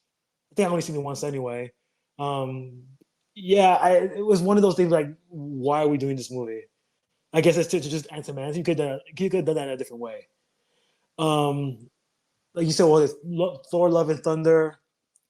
I mean, is that really a movie? Right. It's just like it's like a long SNL sketch. Right. Yeah. Like these Ragnarok was a movie. They Yeah, that's a have good from point. That's a good point. point A, point A, P to point C. Yeah. This was just like you had a great villain in Gore, the god, the God Killer, which should be a more serious movie. There was like a jokey, like, oh, I'm gonna kidnap children. Right. Yes. What? Yeah, that was a bit much. You're right. Okay, I'll give you that. You're right. It's not quite as bad. Yeah, you're right. Ragnarok was a Even better movie overall. I agree with you there. Yeah, they aren't the same even movie. even Chris Hemsworth hates that movie. Yeah, that's a good point. And what was the other one? Oh, was it the Wakanda Forever? I enjoyed Wakanda Forever. I think I that was liked good it too. Yeah. For what they had to do with it. I thought it was well done. Yeah. And Namor, I love that what they portrayed them of Yes. Namor. Yeah, me too. Yeah. And the Marvels, well, we said it time and time again on this podcast. The Marvels is a great movie. I don't care what anybody says. It's such a fun movie, and I think like with Wakanda Forever, I think is probably the best example of it, where it's like it's a good movie. I really I enjoyed it too. I really liked it, and I think the length of the movie, it had to be long because you needed the opening and the ending to celebrate Yeah. Chadwick Boseman. So they had to do that, and because they needed to do that, that's why they because they had to do that. That's why the movie's longer. But I think a few years before the Eternals, if Wakanda Forever had come out before the Eternals, no one would have said I thought the movie was too long or that it was slow or anything like that. The fact that you can go on IMDb and see people saying this movie's slow or this movie's long, I think that's that sense of like if it bleeds, that people were starting to be more negative on Marvel movies than they used to be. And I mean, I didn't think Wakanda Forever was as good as the Black Panther. I just love that. Right, That's like one of my favorite all-time comic book movies is that Great. one. But it is good. Like you said, Namor is great. The decision that they made with Namor worked really well. And I think, Shuri is, taking over the mantle, I thought worked really well. There's a lot of really great stuff in that movie. It does the trick. It's what you want from a movie like that. I think Ironheart's really the weakest link of that movie. Yeah. Because it's just like they just shoot her in, like they just shoot her in there. Yeah, you come, let's make Ironheart. Let's put it right in this movie. Like, why? Like, who cares? We already had Iron Man had just died. Yeah. Why would you make it another Iron Man? Yeah. So that made no sense. And like you said, Guardians of the Galaxy 3, I think was a real movie again. James Gunn made a real movie about a real that made you feel a lot of things about animals and about humanity. Stuff like that. And then Deadpool Wolverine was just a fun, fun movie. Mainly made for nostalgia purposes, which is why it was so successful. I think that's why Thunderbolts was so great because it was an actual movie about something, about people, about mental health, mental illness. And it frustrates me that I didn't do well because it's such a damn good movie. Yeah. But I blame I blame a lot like Quantumania. I blame Love and Thunder. I blame Brave New World. I blame a lot of those things for that failing. I just think people. I also think people just want to hate on Marvel at this point. The people they're just tired of comic book movies, and people are just gonna go online and hate on it, even without watching it. I think even with Superman, people were hating on it without watching it. Yeah. So it was like, because it's too woke. Like, did you watch the movie? No. So shut up. Right. Even Man of Steel was woke. What were you even talking about? So it's like shut up. But yeah, I'm curious. I'm curious what this genre does going forward because I want to ask you, do you believe in superhero fatigue? I think. Boy, that's a great question. I think yes. I think 2023 had a bit of it, but I think part of the problem was it seemed like HBO, HBO Max or Warner, they were trying to clean out their slate of DC movies because they had already kind of decided. They brought on Gunn, and he had kind of made it clear, like, I'm not going to use a lot of these characters going forward. And so it's like they're putting these movies out just to get them out, and then Marvel, had their movies come out that year, which again, I think. Guardians of the Galaxy was probably the best out of all of them, from all those movies. But I do think, I think by the time you get to the Marvels at the end of that year in 2023, I think people were just like, you know what? I think for a lot of people, they were like, I'll just wait till it's on Disney Plus. And Yeah. and I think that might be the other piece of it is I don't know that there's necessarily superhero fatigue as much as there is with streaming. There's not the impetus to go out and see those movies. I think part of the reason why Captain Marvel, the first one, made over $1 billion was because it was the last movie before Endgame. And I think a lot of people were watching all of the movies before Endgame. So I think that one, people saw that one more than once because they saw it. And then they're like, okay, we're going to watch everything before we go see Endgame. So they went and saw that one again. And it got that kind of a bump there. I mean, every comic book movie pretty much between Infinity War and Endgame got a bump. But I think that was a big one there. So yeah, it was, I think, yeah. So to answer your question, I don't think there's superhero fatigue so much as there's Disney Plus has removed the need to go out and see these movies right away. Like I didn't see Brave New World right away. I did go see Thunderbolts, and I will see Fantastic Four. But I think that's the thing. I think they've created an environment where there's not the need to go see it immediately on the big screen like there used to be.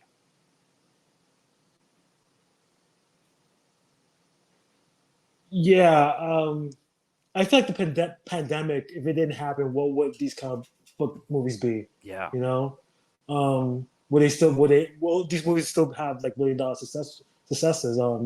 I feel like the pandemic really spoiled the box office period. To be honest with you, for the streaming, um, I feel like movies have to be like an event for people to go out and see them, which I think why Deadpool Wolverine was so hot because it was like an event. These two characters that had never really interacted before. Right. Yes. And he had two very popular actors who were all in on this and kind of just promoting the hell out of it. And teasing, there's gonna be cameos in this movie, and the trailer show like Ant-Man's head and stuff like that. Yes. The music is cool. Right. There's a lot of fighting going on. It's like, okay, well, people, let's go see this. Yeah. It's weird. It's funny because I don't understand.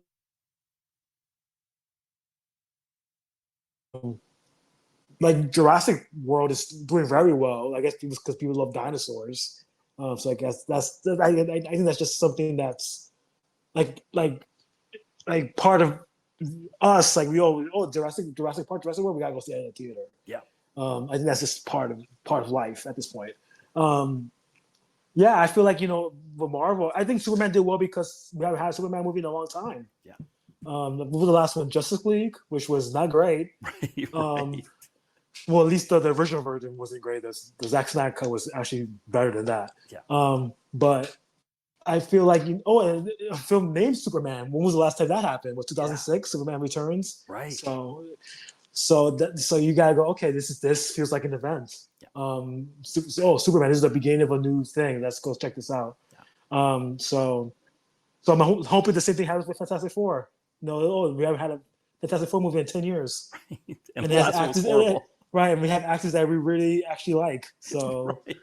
Maybe this will work out. I mean, that last Galactus is not a cloud. Okay, we'll see that. Right, exactly. I mean, that last Fantastic Four that won in 2015 was the most sautéed and wrong. So I mean, again, to our point about Kevin Feige, how he's never really had any full-on duds. I mean, he's never had anything like a Fantastic Four in his run of movies, which I think is it's the exception that proves the rule. That like at some point you're going to have one usually, and he hasn't had it yet. I mean, that Fantastic Four movie, I don't know what they were thinking with that movie. I don't know what the mindset was there. It took me so long to watch that. I probably hadn't watched it until like maybe a couple of years ago for the first time. Because I've heard all the buzz and stuff, but I was like, I just had no interest in seeing this. Yeah. People kept telling me, don't watch it. But I think, no, I'm going to watch this. First half is okay. Then the second half happens. I'm like, what the fuck just happened in this movie? Like, anyone who knocks those Jessica Alba movies, get the fuck out of here. Yeah. No. Like, those movies are way better than this. Like, I would watch those more, like, every fucking day than this one once. Yeah. Once more, so. Yeah. Exactly. Well, maybe this is a good transition. Yeah. Why don't we'll take a quick break, and then we'll come back and we'll talk about Fantastic Four 1994. Check out my All newest right. release, Nadia and Aiden, available now. Told in a unique dual first-person narration style, Nadia and Aiden explores what it means to be American from the standpoint of two kids who grew up in France with an American mother. It also looks at how we define family beyond DNA and blood relations, when life isn't always that simple. You can find Nadia and Aiden on Amazon in paperback, Kindle, and Kindle Unlimited. Yeah, we're back and we're going to start talking here about Fantastic Four 94. So, yeah, I guess I asked Freddie, what is your experience with this movie? I probably didn't watch this until maybe the mid 2000s. I had heard about it. I seen websites devoted to how bad this movie was. The production, what like the fact that this movie has not been released officially yet. Still, it's boggling to me. You could have really capitalized it on this movie by releasing it before the new movie came out, but they didn't do that. Yeah, I mean, I knew Roger Corman was part of it. I seen photos of it. Um, and I watched it a long time ago. Like maybe it happened maybe like 20 years ago. I thought this was like not great. The special effects, the acting, the lighting, um, but I think it has a charm to it. I mean, it's an early '90s comic book movie, which you know right there is not going to be the greatest Right, of all exactly. time. But I could say at least it's kind of faithful to the comic books.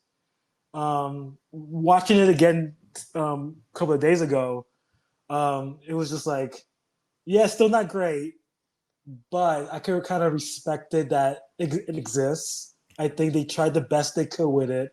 I think a lot of it is definitely faithful to the comic books. I just feel like it's too short for so many characters they introduce in this. I think a lot of the changes they make don't really work, and I think people put their time and money into this. I think they should have a chance to watch this in 4K or whatever. I'm kind of just, I don't know if it's even look good in 4K at this point. I don't know, but I mean, for first Fantastic Four movie, it's not bad. Like we said, we were talking about the 2015 one. I think that's way worse than this. Yeah. I rather watch this over that. But I feel like this is definitely below the two Jessica Alba, Chris Evans, Michael Chiklis movies that came out in the 2000s. So Yeah, I agree with you there. I mean, for me, I knew about this movie existing. I remember in one of the comic book papers, like kind of not Wizard. Wizard. Yeah, it Oh. wasn't Wizard. It was like some like trade uh, newspaper, something from like L.A. that was Mm. like somehow it was in the East Coast, in New Hampshire when I was buying comics. I remember I bought it and it was advertising in L.A. They were doing a double feature of Captain America and the Fantastic Four, and I was like, how can I see this Fantastic Four movie? This is crazy. And then I kind of forgot about it. And of course, Captain America I had seen, because Albert Pyun and all of that. But then I heard about that you could see it on YouTube and everything, and then I saw the documentary, Doomed, Hmm. the Roger Corman Fantastic Yeah. Four, and that got me interested, and that's when I finally watched this. And that documentary is fascinating because like one of the things you find out is that they went to Lloyd Kaufman at Troma first, and Right. he's like, well, no, we make our own characters. We've got Toxic Avenger and Sergeant Kabuki, man. We're not going to use somebody else's characters, which I kind of found to actually be a little inspirational. This idea of like, we make our own characters. But then, Roger Corman's like, he would never turn something like this down, right? He's like, I'm going to take a stab at it. And it's a fascinating thing. And I mean, from a casting standpoint, like for example, Rebecca Staub, I thought she's great as Invisible Woman, but it's weird that her character is supposed to be like a girl, like a young girl who's like not that old. Like she's, Jay Underwood, I think he'd be great for like the Fantastic Four TV movie. Kind of made this feel more like a TV movie with him in it. And in Robert Culp's son, who plays Doctor Doom, makes it kind of feel more like a TV movie. But then, like you said, there's these bad moments in the movie where, like for example, I can't even think of the character's name, but the woman who's blind, who has the thing for for the thing. She's kidnapped by this character called the Jeweler, who was originally supposed to be the Mole Man, Mole but Man, right? they wouldn't let him use Mole Man. So it's the Jeweler, and you see like this point of view shot of her being like harassed by people, and it's like, well, she's blind. She can't have a point of view shot. Like, what is that? Her that whole arc is just weird. Her acting at times, like you go, she's not really blind. And also like she meets Ben, right? As a human. I guess he bumps into her, the statue breaks, and she gets mad at him, touches his face, and kind of falls in love with him the moment she touches his face. Like and then her love turns him back into human later on. Like what's going on? Like there's choices here that I go, did you really read the comic books? Exactly. Yes. Well, they supposedly they did. That was one of the main things they did. Yeah. So, because it's funny, because like from a certain standpoints, it's faithful. Like like the characters with their abilities and the outfits they wear and stuff like that. But the most fascinating thing is that the movie starts with I can't think of the actor's name. I should have probably had it up on IMDb, but the actor who plays Reed Richards. He is going to school with Dr. Doom, and they're staying with this older woman, like an older widow, and her two kids. And her two kids are, Sue and Johnny Storm, which already that's kind of weird, because it's like, we know that Reed Richards marries Sue Storm. We know that they're supposed to be a couple, and so the fact that she's a teenager while he's going to college, it's like that doesn't make any sense. I mean, the actor's name is Alex Hyde White, who plays Reed Richards. I should have mentioned that. So then later, him and then Michael Bailey Smith, who plays Ben Grimm, they decide, oh, you know what, we figured this whole thing. I forgot to mention. So Reed Richards and Dr. Doom, played by Joseph Culp, there's like this big extra, galactic phenomenon that's supposed to happen, and they're going to try to tap into this phenomenon to like get some energy or something from, I don't know what they're trying to do with it, but ends up that Dr. Doom gets scarred and he runs away and leaves. They think he died, actually. They think he died in the accident. And then years later, Reed Richards thinks he's figured it out, so he and Ben Grimm, they go to the old lady, the older woman who was putting them up for a house while they were in college. They show up and they say, hey, we're going to take your kids into space. And the mother's like, wait, what? Oh, okay. And it's like, as opposed to like, Susan Storm and being like some kind of I don't know, like a scientist of some sort, right? And then Johnny Storm was like a pilot of some sort, and so they had reasons for being on the ship other than just being kids who lived at the at the bed and breakfast or whatever that they were staying in. But that's how they get their powers. And then Dr. Doom's like, oh, hey, I want those powers, and he captures them and tries to take their powers away, and that's the movie. It's a fascinating decision, because it's like other parts of the Fantastic Four they get right, but I guess with the budget that they had and what they were working with there, there's only so much they could do. Yeah, the whole opening is just, I forgot about the age difference, to be honest with you. Right, yeah. I was like, is this grooming? Well, what are we doing here? What is this? It's weird. This is the Epstein files that don't exist. Yeah, I was like, wait a minute, this is little. He could be her dad. What is going on here? Are you pushing this girl to be with this older man because he's a smart, successful, I guess, professor or whatever he is, or scientist or whatever?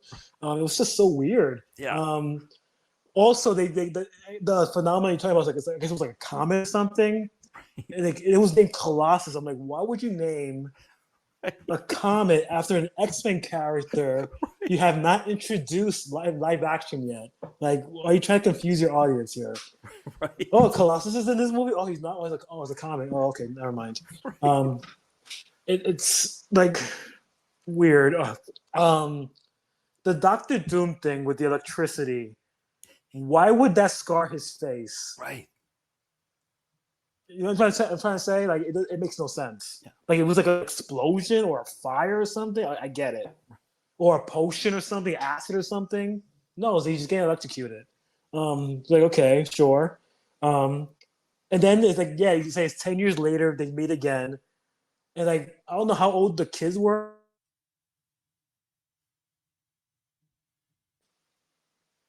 and I'm like, what is going on here?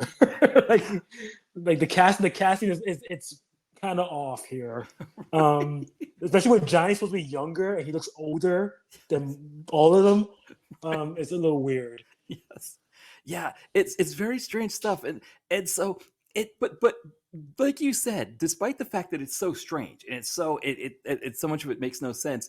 I mean, one, I like it better than the 2015 Fantastic Four. Yes, yeah, There's more to like there. But the other thing is, like you said, these actors, they all put work into making this film. They they acted, they really wanted to see this thing released, especially when right. you watch the documentary, you hear about it, and it's like it deserves at least to be on Disney Plus. Like, I should be able to scroll the Fantastic Four stuff and see this movie and watch it if I want to. And Hmm. I think for Disney's standpoint, I think this would help sell Disney Plus. I mean, I don't know how much they need to sell it. I don't know what the deal is, but I think it's a fun thing. I mean, they don't have the Star Wars Christmas special on Disney Plus, but they do have the Ewok movies. So you could watch the Ewok movies on Disney Plus, which I think is really cool. And I don't know, where you put this compared to like the Ewok movies, but I mean, it feels like a TV movie, at least to me. If this aired in like 1992 on like a movie of the week, I wouldn't have thought any different about it. Yeah, it kind of reminded me of like those '90s Marvel movies they used to do, like Nick Fury with David Hasselhoff, Oh, right? Yes. Generation X. You know that they did that. What was the other one they had? They had the like the Hulk team movies used to do. Yes. Yeah. Um, they were very like cheap looking. Like yeah, like I say, I didn't watch this on my TV. I watched this on my computer. If I had watched it on my TV, the 4K was just like I don't know what would have done with this movie. It would have been like totally weird.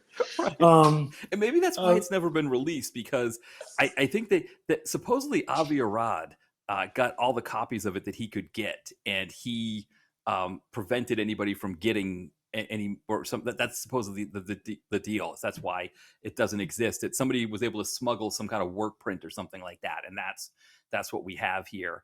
Because I think that's why some of the effects are bad looking, because yeah, they're like work print versions that weren't fully cleaned up or anything.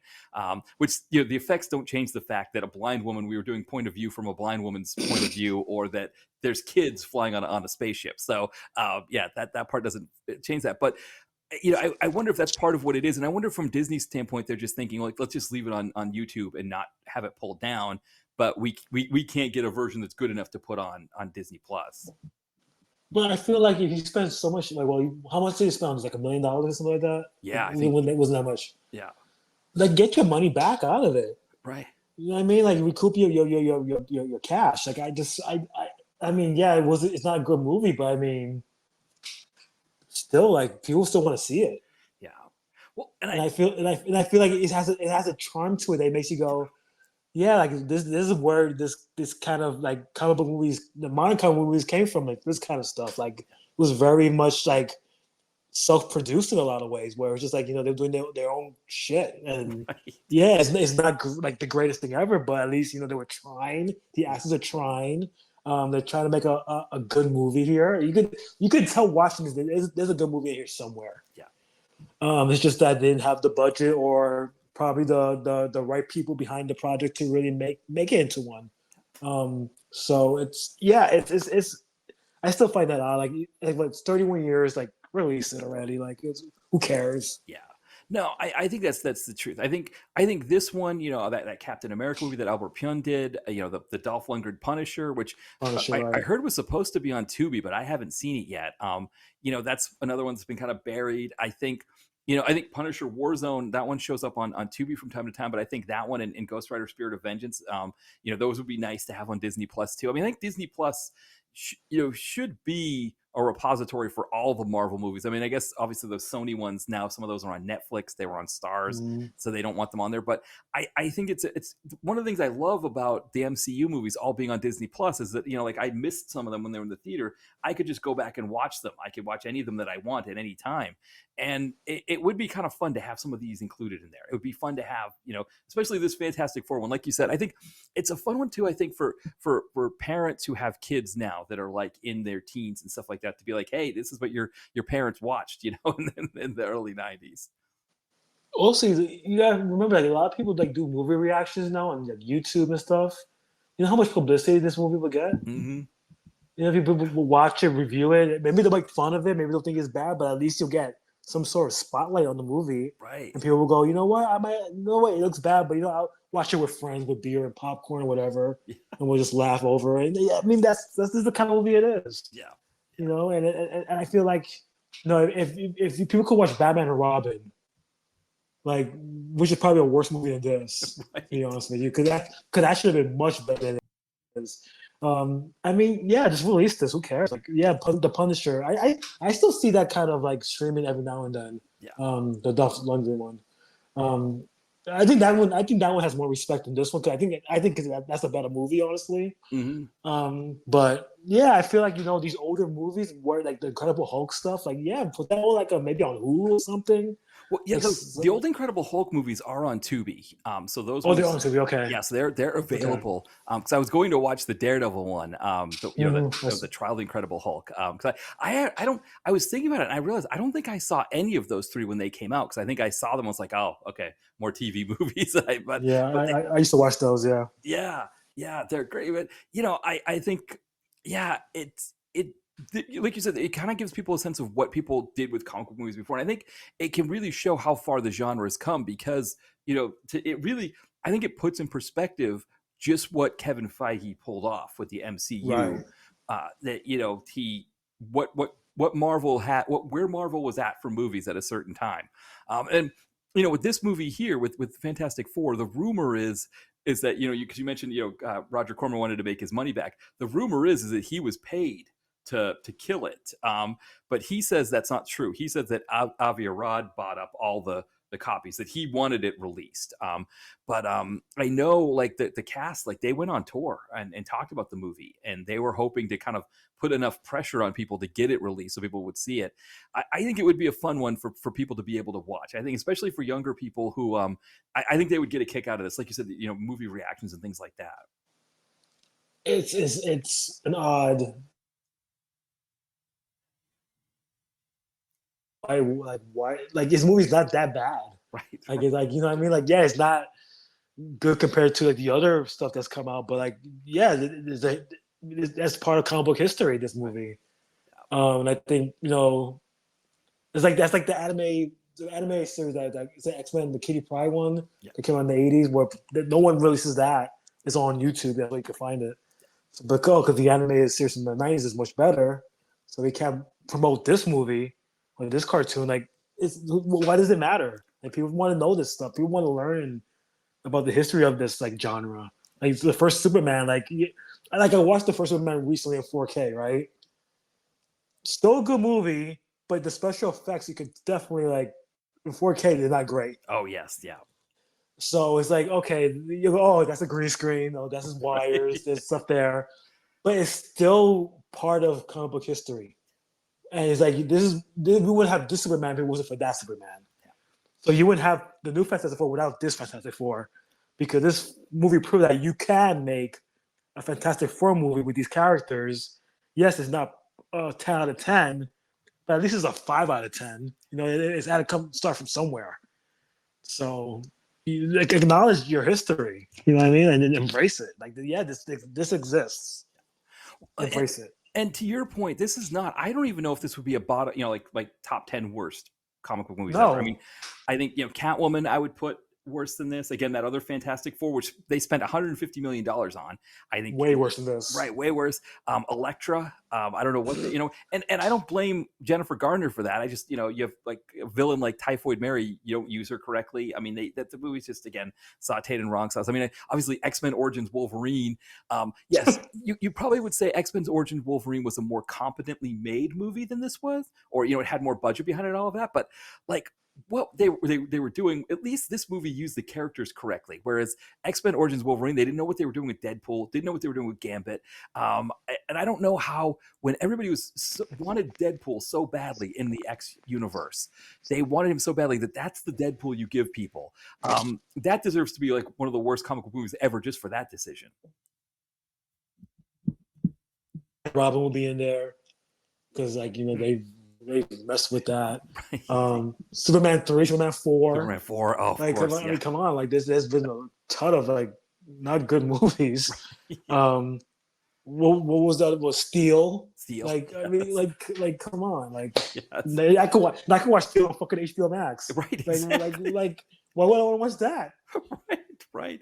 Yeah. No, that's a great point. So, I mean, if the issue is that they can't get a good print, and maybe that's what it is, but I don't even know. Like what if all they did was they put a disclaimer at the beginning and just said, hey, we tried to clean this up as well. I mean, Vinegar Syndrome, they've done great, but I think again with Vinegar Syndrome, I think they need like a reel to reel, or they need like Yeah, a film version to be able to make it, because I've heard like that's part of the issue with them when it comes to yeah. like them restoring things, is if they don't have an actual like working print, they can't do anything with it. And I don't know what exists of Fantastic Four, if it's if it's reels or if it's like a VHS that somebody was able to cobble Mm. together.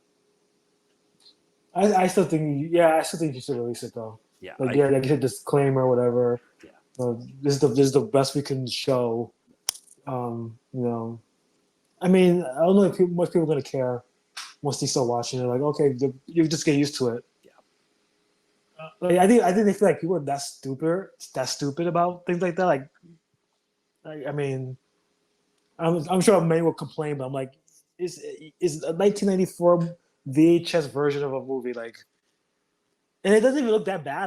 Like lighting wise, like I've seen worse VHS looking movies. Right. Yes. Even though the lighting in this movie isn't that great, Right. but I've seen worse. Yeah. So I just feel like they should put some kind of version out of this movie. Yeah, I think Disney should go all the way. I mean, they've got the Ewok Well, movies. I think they should do this, and they should do the Christmas special, the Star Wars Christmas yeah, special. Put yeah. them both on Disney Plus. And like you said, releasing physical copies, I think, would be a smart idea too. Maybe team up with somebody like Vinegar Syndrome.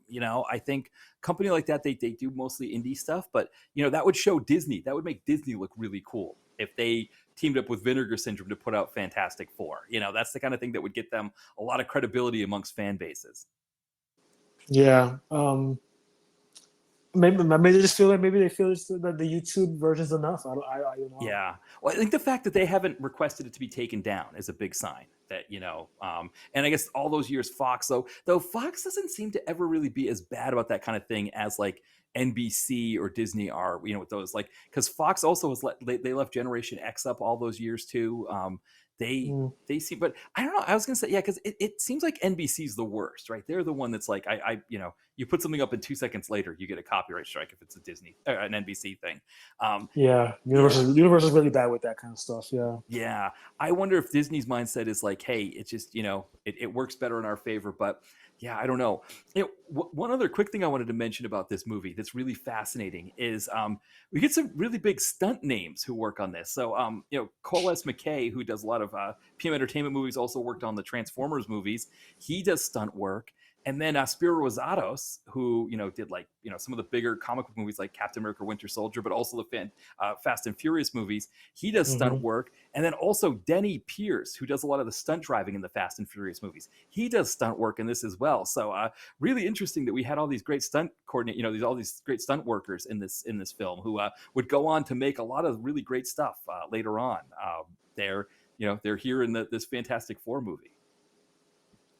Yeah, I mean it's funny because you think about the stunts in this movie, like, were there really stunts? Right, exactly. But I guess the final act had a lot of like people flipping around and getting shot at and stuff like that. So yeah, I guess so. I have to admire this movie because like it's not good, but like I guess like I said, it's trying to be something good. Yeah. Like this, I think the worst aspect really is the stretching effect. Yes. And the way he takes out Dr. Doom in this movie at the end is just ridiculous. Right. Like, really? Okay. Yes. And even like the Human Torch stuff was like, yes, it's fake looking, but it reminded me of that TV show Reboot from the 90s. Oh yeah. Like the virtual reality kind of thing, like that whole virtual looking thing. But so it's like they're trying. Yeah. It's like I said, the stunt work is like, yo, yes, there was stunts in this movie. Like, okay, I know, exactly. Yeah, it's kind of crazy to see those names that like were, I mean, Colas McKay, he did Transformers, but he mostly directed video stuff. I mean, a lot of the PM Entertainment stuff, but then Spiro Rosatos, I mean, just everything. And again, he takes Denny Pierce with him to make all those Fast and Furious movies. So that's where Denny Pierce is one of the best stunt drivers in the business. I was trying to think if there's even stunt driving work in this movie. I don't know. that's what I'm saying. What Was there a was there? chase? Yeah, right, exactly. So yeah, it's fascinating because you watch a comic book movie now, when you watch the credits, the stunt teams, right? I mean, it's just like pages of stunt workers that work on those movies, and including these guys here that we're talking about. And so yeah, that movie, it was like, and I wonder too if like part of the reason why they use some of these guys is that I think they did other Conquered New Horizon movies. Like they did like Don the Dragon Wilson, like Blood Fists and things like that. They were working on those kinds of movies. And so I think it was like, hey, we got these guys lined up. Yeah, let's just, bring them in here and do whatever we need done. And the other thing too is I think from the standpoint of these guys, like I know Cole S. McKay, he did a lot of erotic thrillers as well, which same thing. It's like how many stunts you see in an erotic thriller, right? It's like, like maybe at the end when like somebody shoots somebody and that's like, they fall through a window or something.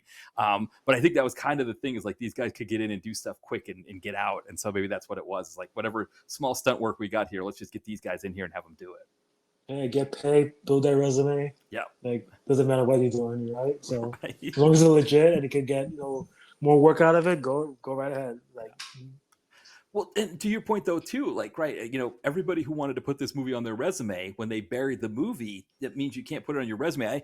It's funny. I talked to like indie directors about that kind of thing, where they say like, because so many indie directors start movies and they don't finish them, and they're saying like that's kind of a selling point for them when it comes to working with actors, is that they can tell actors like, hey, look at these are the movies, I get these movies out. So if you work on my movie with me, you're going to be able to put this on your demo reel, and you'll be able to put this on your IMDb bio, and people will be able to find it and see you in it. So it's going to get done. And when a movie like this gets buried, like Fantastic Four, I mean, for all the names involved, they were excited to be working on a comic book movie like this, and a big property like this, and yeah, to have it just be buried, it's got to be really disappointing.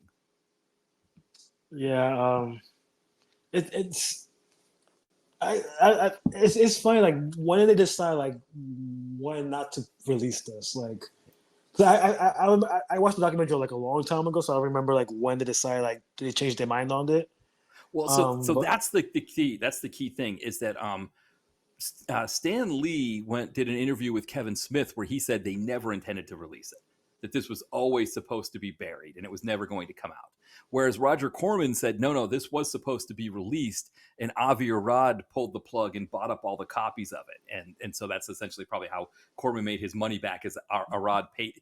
I think he was hinting that Arad paid him to not release it, essentially. So there's conflicting opinions on that, and if you talk to the cast and everything, they didn't know. They were kind of in the dark. So nobody told the cast either way if it was going to not be released or not. that's pretty messed up. It's like a background situation in a lot of ways. Yeah. That they made it and they just decided, let's make it a tax write-off. Yeah. Which is, I feel like if you're gonna do a movie like that, like, just release it as it is. Yeah. Like, I don't like. I'm not a studio head, so I don't know how that works. It's just like, you're promoting this movie, you're putting it in magazines and comic books. Like, people are waiting for this movie to come out, regardless of the quality. Like, there's an interest there. Like, just release it. Like, the fact that they decided, we're not gonna release it at all, like, even while filming it, Right. like, it just boggles my mind. Like what? Well, because you look at Marvel or Disney, when Disney bought Fox, right? There was the two X movies that were still in the can. There was that Dark Phoenix movie, and then the New Mutants. Yeah, and they just released them. And now, granted, they didn't put any advertising really behind either of them. I mean, I remember some ads for Dark Phoenix. I don't really remember anything for New Mutants. And they just pushed them. I mean, they pushed New Mutants out at in the summer of the pandemic, when most people were afraid to still go to the theater. Like, it was like when the theaters were just opening up, where like they would be like a third full and everybody had to wear a mask. that was what New Mutants came out, and then the fact that it even made any money is crazy. But that was Disney's mindset was, okay, we didn't put any money in these movies, we didn't care about these movies, we didn't make them, but you know what? Let's just release them and see if they make anything, And so that's what they did. I mean, it's a shame. It would have been nice to see. I think especially New Mutants. I think those characters, they could have done a lot with those. I gotta think Dark Phoenix is like, didn't you just make Dark Phoenix back in X-Men 3? I don't, but Disney at least was like, let's release them. Let's not bury them. I don't know with Zaslav with HBO Max. Like, I don't know what kind of tax write-off you get for not releasing a movie that would make it better. I guess because you could potentially lose hundreds of millions of dollars if the movie doesn't do well. I guess I don't know. The thing with the Batgirl, I think it cost maybe $80 million to make. So it's kind of like that made no sense. Like you could at least made kids still made a budget, like a profit out of it. It might not have been a big one, but it would have been something. Because the Batgirl, there was an interest in that movie. Yeah. Because the actress had been in, what movie was it? In the Heights, was it? And Michael Keaton was supposed to be in it, so people were like, "Oh, Batman's in it." So it's I don't get it. I mean, because when your movie only costs $80 million, because they always say 3 times the budget, that's the number you got to make back. Yeah. But when it only costs $80 million, I think it's not quite that same level because you're not putting as much. If you don't put as much advertising into it, I think if they had just put that out with minimal advertising, it probably would have pulled 50 to 80 million, easy. Kind of like the way New Mutants did. I mean, New Mutants kind of showed that actually, yes, a comic book movie will probably make 9 figures, unless I mean, Craven's probably the only one I can think of that didn't make 9 figures, right? Usually they make 9 figures just as a comic book movie, so it should have made something. It would have done. I think it would have done better than like some of those other kind of those duds that came out from DC in 2023. It would definitely have done better than what came out. It was The Flash, it was Aquaman, and what was the other one? Oh, there's a Shazam movie and Blue Beetle. Oh, it would have made more than probably Shazam. Yeah. Blue Beetle was actually a good movie. Unfortunately, I think people were just tired of DC at that point. Right. Yes. But yeah, I still have not watched that second Shazam. Yeah, me neither. Yeah, I got to see those. Yeah, I haven't seen anything between the second Suicide Squad and the second Aquaman movie. So all those ones in between those two, I haven't seen yet. So I've got some catching up to do with the DC ones. Yeah, Blue Beetle is actually a good movie. Yeah, and I heard that's probably the best one of the ones we mentioned. Yeah, the actor said that James Gunn had said that maybe he's going to be in the movie. So I guess like one of the things is like the Flash is supposed to be some sort of like a soft reboot, and so some characters from the DC extended universe are going to be in James Gunn's universe, and then other ones are they're just casting aside. Yeah, that's what they were saying when it came out. I mean, they probably changed their mind because the movie didn't do that well. Right. But it wasn't the actor's fault. But I don't know. Yeah. I guess we don't have to worry about that now. Right, exactly. Going, yeah, well, you don't need that movie anymore. Right. Yeah, it's a fascinating thing because again, the Fantastic Four thing, because we had the Fantastic Four '94, and then when the new comic book movie craze comes out, kind of post Blade, post X-Men, and everybody's kind of flocking to their whoever can get the rights to things. Fox had bought the rights to Fantastic Four, and like you said, those 2 movies weren't bad. The Jessica Alba ones, Younger Food, they weren't bad movies. But I guess because from Fox's standpoint, they were looking at it like what Spider-Man was doing. And, I think they wanted, they were maybe focusing on the X-Men movies, focusing on the Wolverine. But I know with that 2015 Fantastic Four, they were planning on making Dark Phoenix a big kind of Avengers movie where it was the X-Men and Fantastic Four together. And that movie did so bad that they just killed it altogether and they were done with that. And I think that's another thing that happens with these characters is that, the Fantastic Four, they're one of the most, one of the key, one of the kind of the most important characters or teams in Marvel, but they're also one of those ones that can be set aside and can be forgotten about. And so I think it's good that they're at least doing something with them now, trying to bring them back, because it's been 10 years since we've seen them at all, and they missed out on all the Infinity War stuff where in the comics they were a big part of that. It's weird, like the way that they added them so late to the stuff. Like even the X-Men, I feel like it's been added in so late. Yeah. It's like you are going to be in Secret Wars because they should be in that. Yeah. and if you're gonna introduce Venom and the new Spider-Man stuff, that's where you do it. Yeah. So yeah, I'm hoping there's plans to like kind of build on these characters after the last Avengers movie, because I feel like Spider-Man, X-Men, Fantastic Four could be the focus of the Marvel MCU, because Yeah. I feel like the Avengers stuff is going to be kind of like played out at that point. And those actors aren't getting any younger either. Right. Right. So it's like, Sebastian Stan's probably like, I'm I'm an Oscar-nominated actor. I don't need this comic book stuff anymore. Right, right. Well, because that's part of it too. Is that I think with your Sebastian Stan, your Anthony Mackie, whoever, you're looking at the numbers that Robert Downey Jr. is getting, the numbers that Chris Evans is getting, whoever, and you think like, okay, well, if I can get that role, I can make that money. And so now, okay, they've got that role, they're making that money, and then there's probably a point where it's like, but man, you still had to do like all those other movies as supporting characters, which was just a lot of stuff as well. So it's like I mean, I'm trying to think how many movies have had Anthony Mackie in them, right? Because he was also an Ant-Man. So it's like the Captain America, Winter Soldier, Ant-Man, the Civil War movie. Yeah, Avengers, Infinity War, yeah, Endgame. Yeah. And then now he's Brave New World plus Falcon and Winter Soldier. Yeah. So just a ton of stuff. And so, that I think initially when you're like, you're getting your foothold and you're like, oh, this is great. Cause it's like real money that you got coming in, it's like legitimate money that's there. It sounds like a great idea. But then I think once you have enough money, you're probably like, okay, all right, now when am I done with these? When can I take the Infinity Stone and get really old? Like Chris Evans and get written out of all this stuff. But you have to also realize how much time it takes to make those movies too. Yeah. Like this project they probably lost out on because they had to make these movies. So it's like you kind of wonder what Chris Evans' career would be like if he had time to make other movies. Right. Because like Materialist didn't really work out for him, unfortunately, even though it was a good movie. Yeah. But like it's funny, like you see all these actors going like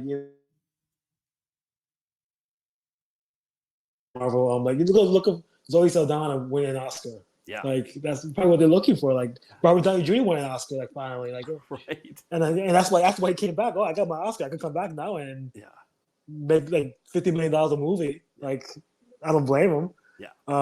So like you got like Florence Pugh's an Oscar-nominated actress also, but I think she enjoys the Marvel movies. That's what she keeps doing them. Yeah. So yeah, it's getting to a point where you got to start replacing actors, start replacing characters. Hopefully, Fantastic Four does really well. Yeah. Because those actors are very much in high demand too. Like Pedro Pascal's in everything now. Right. I think he's to the point where he's getting overexposed, to be honest with you. Yes. Like Joseph Quinn is in everything. I see him a lot of stuff now. Ever since Stranger Things. Yeah. Vanessa Kirby's an Oscar-nominated actress. Right. It's the guy from The Bear. I was going to say, it was Evan Moss Shadrach, I think. Bacharach, yeah. Bacharach, so, Moss Bacharach, yeah. I always want to say Shadrach, but it's Bacharach, yeah. I mean, he's on a hit show. I'm sure he's getting offers from everything. So it's like how many do you want to do of these movies? Like it's a commitment. Yeah. So because if you're him, for example, you're signing on to this Fantastic Four thing plus The Bear. I mean, The Bear, they shot seasons 3 and 4 together at the same time. So I can't even imagine what that shooting schedule is like. I know is Jeremy Allen White, is that his, he's going to be Bruce Springsteen in a movie. There was a sense, I don't know, did you see the fourth season of The Bear? I saw the first part of it. I didn't see the whole thing yet. Okay, yeah, I finished through it. So yeah, but I think those actors, boy, the performances that they gave. He talked about it actually. Evan Moss Bacharach. He talked about what it was like, where you were like, he's like, boy, I'd be shooting like something from the end of season 4 and then something in the middle of season 3, and I had to be like, my character is here at this point, and have to kind of alter it some. And it's kind of a trip. And so you know, for someone like that who's like doing one of those shows that's filming a lot, and then he's doing these Marvel movies that now he's suddenly on the hook for a bunch. It's like, I think when you're a starving actor, you're starting out and you see all that money, you're like, okay, I'm set for life. But then there's a point where it's like, okay, now I can't get any more set for life. This is a set for life. It's like, again, I mean, Pedro Pascal, he talked about being, having, being kind of starving at points, where he was like borrowing fellow actors per diem to be able to feed himself and things like that. And I remember he did an episode of what was it called, GVE or something like that, the show in USA that was like Good versus Evil or something. I remember seeing an episode where he guest starred on that. So it was like, he's like you said, he's in everything. He's Mandalorian, he's Wonder Woman 84, The Last of Us, all this stuff. And so it's like, yeah, there's going to be a point where you're just like, okay, kill my characters off and everything, so I could just take a break. Yeah, I'm hoping that's what the new random movies do, like just kill people off. Like, I think it's time that these movies need to have stakes finally. I think something has to happen. Does Chris Hemsworth leave Thor at this point? Like, does he need to be Thor at this point? I don't know. They're going to do a new Black Panther. I've been hearing. So what are they going to do with that character? There's a lot going on. Like Robert Downey Jr., does he die at the end of Secret Wars? Does he just stay as Doom? I don't know. Yeah. If he's making money, he's probably going to stick around. Right. So like, just Chris Evans like going, my career was bad when I was Captain America. Does he come back to be Steve Rogers? I don't know. Yeah. So it's tough because I was like looking at the salaries for the Superman movie, and most of the actors got like $750,000. Yeah. That's all they got, and Nicholas Hoult was the one that got $2 million. Mm-hmm. He was the one that got the most paid. So it's kind of like, these actors are going to start demanding more money as these movies go along. So does Disney want to keep raising these budgets just to support these actors? So I have a feeling like a lot of these actors are going to be done after these next two Avenger movies. Cause I think Tom Holland just signed like a new 3-film deal for like $10 million each. Right. For these Spider-Man movies. So that's a lot of money right there. Yeah. I'm sure Zendaya's getting a lot of money too. So it's like, yeah, you got to think about the budget now. It's like these movies are not making that much money anymore. Yeah. So you got to start thinking about, okay, are these actors even worth it? Can we replace these actors? Yeah, well, because you think of Guardians of the Galaxy. That movie was like $20 million now. Like, like 20. Yeah, well, like, because think about like Guardians of the Galaxy. Sorry about that. I think you're yeah. Well, Guardians of the Galaxy. The budget was $250 million, but Chris Pratt commands a lot of money. Zoe Saldana, as you said, she commands a lot of money. You've got Vin Diesel doing voice work where he just says, "I'm Groot." Bradley Cooper doing voice work again. Batista is making money. Right. Yeah. And so you've got all these, and I remember that was one of the things that Bob Iger looked at that year in 2023 where things were going bad, is he's like, well, what are we doing with Guardians of the Galaxy? Now, I think, if they wanted to go balls to the wall with Guardians of the Galaxy, they could have done a completely different movie that is the thing that introduces the Fantastic Four, and, could have made this big galactic over the top Avengers type movie, and it probably would have easily pulled in $1 billion. But I think Kevin Feige kind of felt like he owed it to James Gunn to do the movie that Gunn wanted to do there. And I think he probably looked at it and said, this probably won't make $1 billion because it doesn't have a lot of rewatchability. I think for a movie to make $1 billion in the theater, it's got to get people to come back and see it more than once. Not a lot, everybody, but some people have to see it more than once, because it's almost like one of those things where they bring people to go see it again. Like, I'll go see it again. Come with me or whatever. And Guardians of the Galaxy, I think that's a movie like, I really loved it, but I was like, I don't necessarily need to see it again anytime soon either,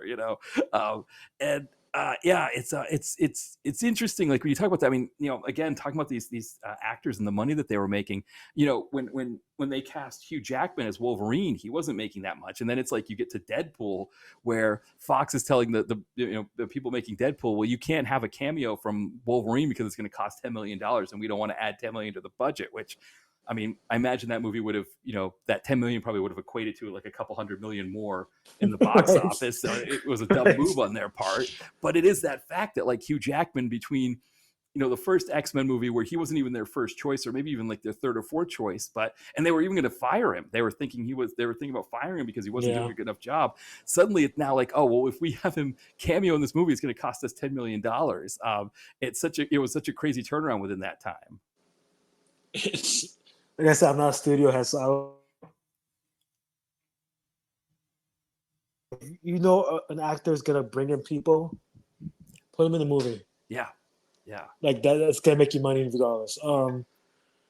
Like I feel like like you said, Deadpool, like they didn't have him in the movie, but I feel like in part 2 we had the X-Men cast in that cameo. Yes. That's what I felt. Okay, they changed their mind. They realized, okay, we have to have something. You know what I mean? And I'm sure the war would cheap to have them in there. Yeah. So it's one of those things where you go, is the risk worth the reward? Right. Well, because the dumb thing that Fox does with Deadpool 2 is they release it too close to after Infinity War comes out. It's 3 weeks after. It was the only movie between Infinity War and Endgame that didn't do like markedly better than any of its predecessors, or wasn't like the best earner of its franchise. Because Ant-Man. The Ant-Man that comes out in between the Ant-Man and Wasp was like over $600 million. Obviously, we talked about Captain Marvel being 1.1 million, a billion rather. The only DCEU billion-dollar earner, Aquaman comes out in that time. The best earner for the Sony Spider-Verse without Spider-Man, Venom, 800 something million, 850 million. So Deadpool was the only one that, still made over 700 million. It was still really good for its budget and everything, but they released it too close to Infinity War. If they put it out like maybe 2 weeks later, it maybe does another 100 million. Because that was sort of one of those, rising tide raising all boats thing. That window between the two Infinity War movies, everybody was just really into comic book movies at that time, and they were just going to go out and see anything that had comic books in any way in the theater. It surprised me how Aquaman did so well. Yeah, like I don't get it. Like it's a good movie for what it is, but to make $1 billion over like Wonder Woman, which was a much better movie, it's surprising me. I still sit back and go, how did that make $1 billion? Right. Yeah. Like Batman versus Superman, I don't think made $1 billion. No, none of them did. No. Like that's so weird. Right. Like, the only other $1 billion earners were the two Christopher Nolan Batmans, I think. Oh, and the Joker, the first Joker. So nothing else in the DC. It's amazing. And like you said, Wonder Woman was a better movie. Batman versus Superman, I think those both made like 850 million. So they were still good earners, but. Yeah, it's going to be interesting to see. This Fantastic Four movie, this 1994 one, is a really fascinating film from the past. And now we're seeing James Gunn do something new again. That he's doing something different with comic book movies. I think, which maybe we thought like the formula was so dyed. And the die was cast on that with what Feige was doing, and so to see somebody do something different, I think is a good thing. Yeah, I'm like I said, I'm hoping this is like the beginning of a new wave for the genre. I guess we'll see what happens in the next following weeks. Because I think Fantastic Four coming out 2 weeks after that is just, I don't know if that's a good move or not. I feel like they should have moved the date. Yeah. Because I feel like August is such a graveyard because there's not many big movies coming out next month. Yeah. I would put Fantastic Four somewhere in August. Well, I think it's part of Disney's strategy. Now, I don't think Disney should be employing this strategy as much anymore, but part of Disney's strategy was always that they could flood the market with multiple titles and sort of hem in their competitors. And I think that was one of the things they were trying to do here, I think, by having Fantastic Four come out. It's like, I think initially the thought was, well, Deadpool and Wolverine did so well that these other two movies, Thunderbolts and Brave New World, they figure if they do well enough, then we can put Fantastic Four in close, and it would be a bigger win for them to have it cut into Superman's earnings, whether Fantastic Four does well or not. And now they really couldn't get away with that now because those other two movies didn't do as well as they were hoping. And to your point, an August release probably would have been a better deal. Kids, kind of end of the summer, going back to school, wanting one last thing to do and hang out and do, hanging out at the beach or whatever. One more thing, I think it probably would have been a better deal. Yeah, because I figure August, maybe the biggest movie in August, maybe The Naked Gun. Yeah. and it's like, yeah, it's gonna do well, but I'm like, yeah, that would have Fantastic Four would have killed that movie. Yeah. So it's like so I'm like wondering like, is Superman gonna be so successful that it actually cuts into Fantastic Four's box office, or will Fantastic Four be so we'll forget about Superman and watch Fantastic Four? I don't know. Yeah. It's gonna be an interesting look because I feel like for the first time in a long time, Marvel now has competition again. Yeah. And it's like everybody's talking about. If people are still talking about Superman, and it's been days after they came out, so it's like the buzz is still there. No one's really talking about I Know What You Did Last Summer or the Smurfs, Yeah. or Eddington that comes out the weekend we're doing this. So it's like, yeah, I don't know. I don't know what the future holds for this superhero genre, but James Gunn has lit a fire, He's done it. and we need to keep this burning because if Fantastic Four bombs, I don't know. That says a lot about Marvel at this year. Yeah. Because Daredevil, from what I saw, didn't do that well either. So, Oh, interesting. So yeah, I wonder if that's, because the problem for me with Daredevil, I don't know if you've seen Daredevil yet. Yeah, the problem for me with it is that they cut into two seasons, but it's really one long season, and it's like if you're going to do it that way, like I want the end of the season to be some kind of end. I want, even if it's a cliffhanger for the next season, I want some sort of resolution, and there isn't. It's just, it's yeah, it's like essentially one big long season that's cut into two seasons, and I don't know. I'm not a fan of that, and I think maybe people, I don't know, I don't know why people didn't resonate with that. I wonder what the deal is with that. I think they were trying to follow the Andor model. Yeah, because Andor was 2 seasons and they had announced it. So, and Andor eventually worked out because that the second season did very well. Yeah. So maybe second season of Daredevil will do well. I don't know. Maybe people will start binging it. Yeah.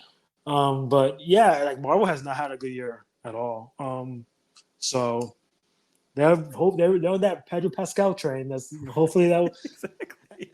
But my thing is that he's also in Eddington this weekend when we're recording this. So it's like this guy's on everything. Like it's a lot. It's a lot.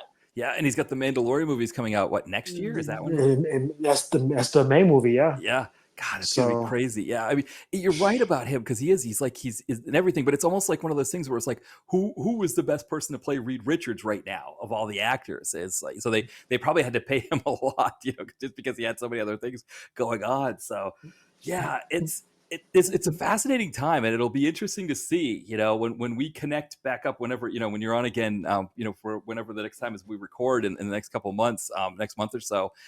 Yeah, we'll kind of have seen the aftermath of what happened here with Fantastic Four.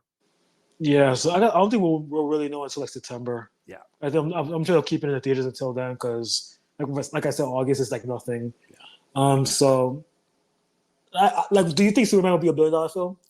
I don't know, because it made 200, and I think what did Daredevil make? Or sorry, Deadpool and Wolverine I think made like 400 million its first weekend. Yeah, it was like close to 400. Yeah. I wonder with $1 billion earner if that's how much you got to make in that first weekend, but I don't know. So it's like it made 200 this year, this one, so it's got to do about another 5 weekends of 200 million, and I don't know if it's going to quite get there with that, especially with Fantastic Four coming out in 2 weeks.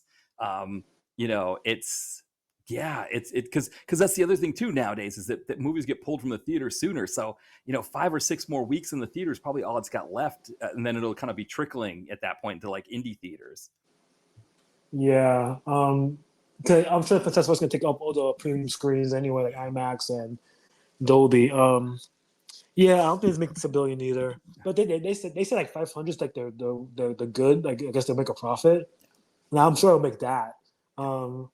I say it'll probably make like between 700 and 800. Yeah, which I think is a win for them for being the first one out of the gate. And so then, absolutely. The question is when they get into the next one next year, what do people think of like the fact that Jason Momoa is playing Lobo, that Millie Alcock's going to be Supergirl, and I guess there's probably going to be other people in that movie we don't even know about yet, because if you go on IMDb, I think it's like 5 cast members listed so far. So he's going to probably pump some other people in there. Who knows? The other thing too, right, is that when did Marvel get their first $1 billion? And it was Avengers, right? It was when that was the first one. Avengers. Yeah. So maybe that's what it's going to take anyway. It's going to take a few movies and then they'll get there. Well, I think like the fact that Jason Momoa is in the movie is going to actually help that Supergirl movie because the women love him. I think the men find him cool. Right. He has a great track record in terms of box office. Like, Aquaman did well. Minecraft, he was in. Was close. So, and Emilia Alcott has the House of the Dragon love. So that's going to help her. So I can't go. Supergirl probably will do better than Superman, I think. Clayface probably not. I think that's good. I think that should be a HBO Max exclusive, to be honest. Yeah. But I love Mike Flanagan, but he's not a proven box office guy. No. But yeah, like I said, it's a great start to James Gunn. I think he needed this badly for this to be a success because there's a lot of pressure on him to be the next Kevin Feige, and I think he's on a good start. Yeah. So. Like I said, I was surprised how much I enjoyed it. It's in my top 5 so far of the year. So it's an amazing movie. If you have not seen it, go to the theater and check it out. It's definitely, if you see it in IMAX or Dolby, it's amazing. Yeah. Like the sound and the visuals are great in this movie. So yeah, I agree. It's 2 hours. Right. And it goes by fast. Yeah. Yeah, that's the other thing too. Is it's a quick 2 hours. It's a lot of fun, and so I agree with you completely on this. This was the movie we needed right now. I think from a comic book standpoint. So as we're wrapping up here, Freddie, anything that you wanted to plug? Nothing at all. Okay. Watch Fantastic Four, please. Yes, okay. That's what I got. No worries at all. Yeah, I mean, the Full Moon Review site. It's off and on at this point. I've been on hiatus at the moment. I've been just dealing with stuff, and summer's not the greatest season. I hate summer. If you don't know. No. I've been meaning to come back and do. I probably will come back for the new I Know What You Did Last Summer. I probably will write a review for that. That's that probably might be my starting point of my new phase of the blog. I'm watching that. We're recording this the Tuesday before. I'm watching it the Thursday. So yeah. Well, yeah, I'll put the link anyway in the podcast description because there's definitely some great ones that you've reviewed in the past. I still find them from time to time when I'm on IMDb. I'll see movies that come up and I'll be, Full Moon Reviews. Freddie Young reviewed that one, and I'll take a look and see, what you thought of it. So, but yeah, thank you for coming on, Freddie. This was a lot of fun. I think I was excited when we were talking about ideas for this episode, and I was like, hey, this might work out that you might be on right after that Superman movie. And this could be a fun conversation. I had a feeling the trailer looked good. I thought, okay, this could be a fun conversation. So definitely thank you for coming on. Yeah, no problem. This was like the most positive comic book discussion we had because I think every time we come on, we're like depressed. Like, why are these movies doing better? Right. So I was so glad this was all fun. We have something to talk about. Yes. Yeah. And we were debating whether to even add the Fantastic Four movie to this podcast, but because I didn't think we had enough to talk about Superman, but I was wrong. Yeah. We had a lot to talk about Superman. Yes, yeah, exactly. But we had a lot with the Fantastic Four too. It was actually kind of a good conversation to kind of juxtapose those two, so that worked out. 2 very different movies, 2 very different moments in time to show where comic book movies had come from. Check out Superman. Check out Fantastic Four. Hopefully, you guys enjoy it as much as we did. I guess we'll find out the next time I talk to you about Fantastic Four. We'll talk about that. Exactly. How that does. Pedro Pascal overexposure, or if he's still the hot thing right now, so we don't know. Right. Exactly. Well, thank you again for coming on, Freddie. It was a great conversation, and thank you everybody for listening. We'll be back soon. Bye, everyone.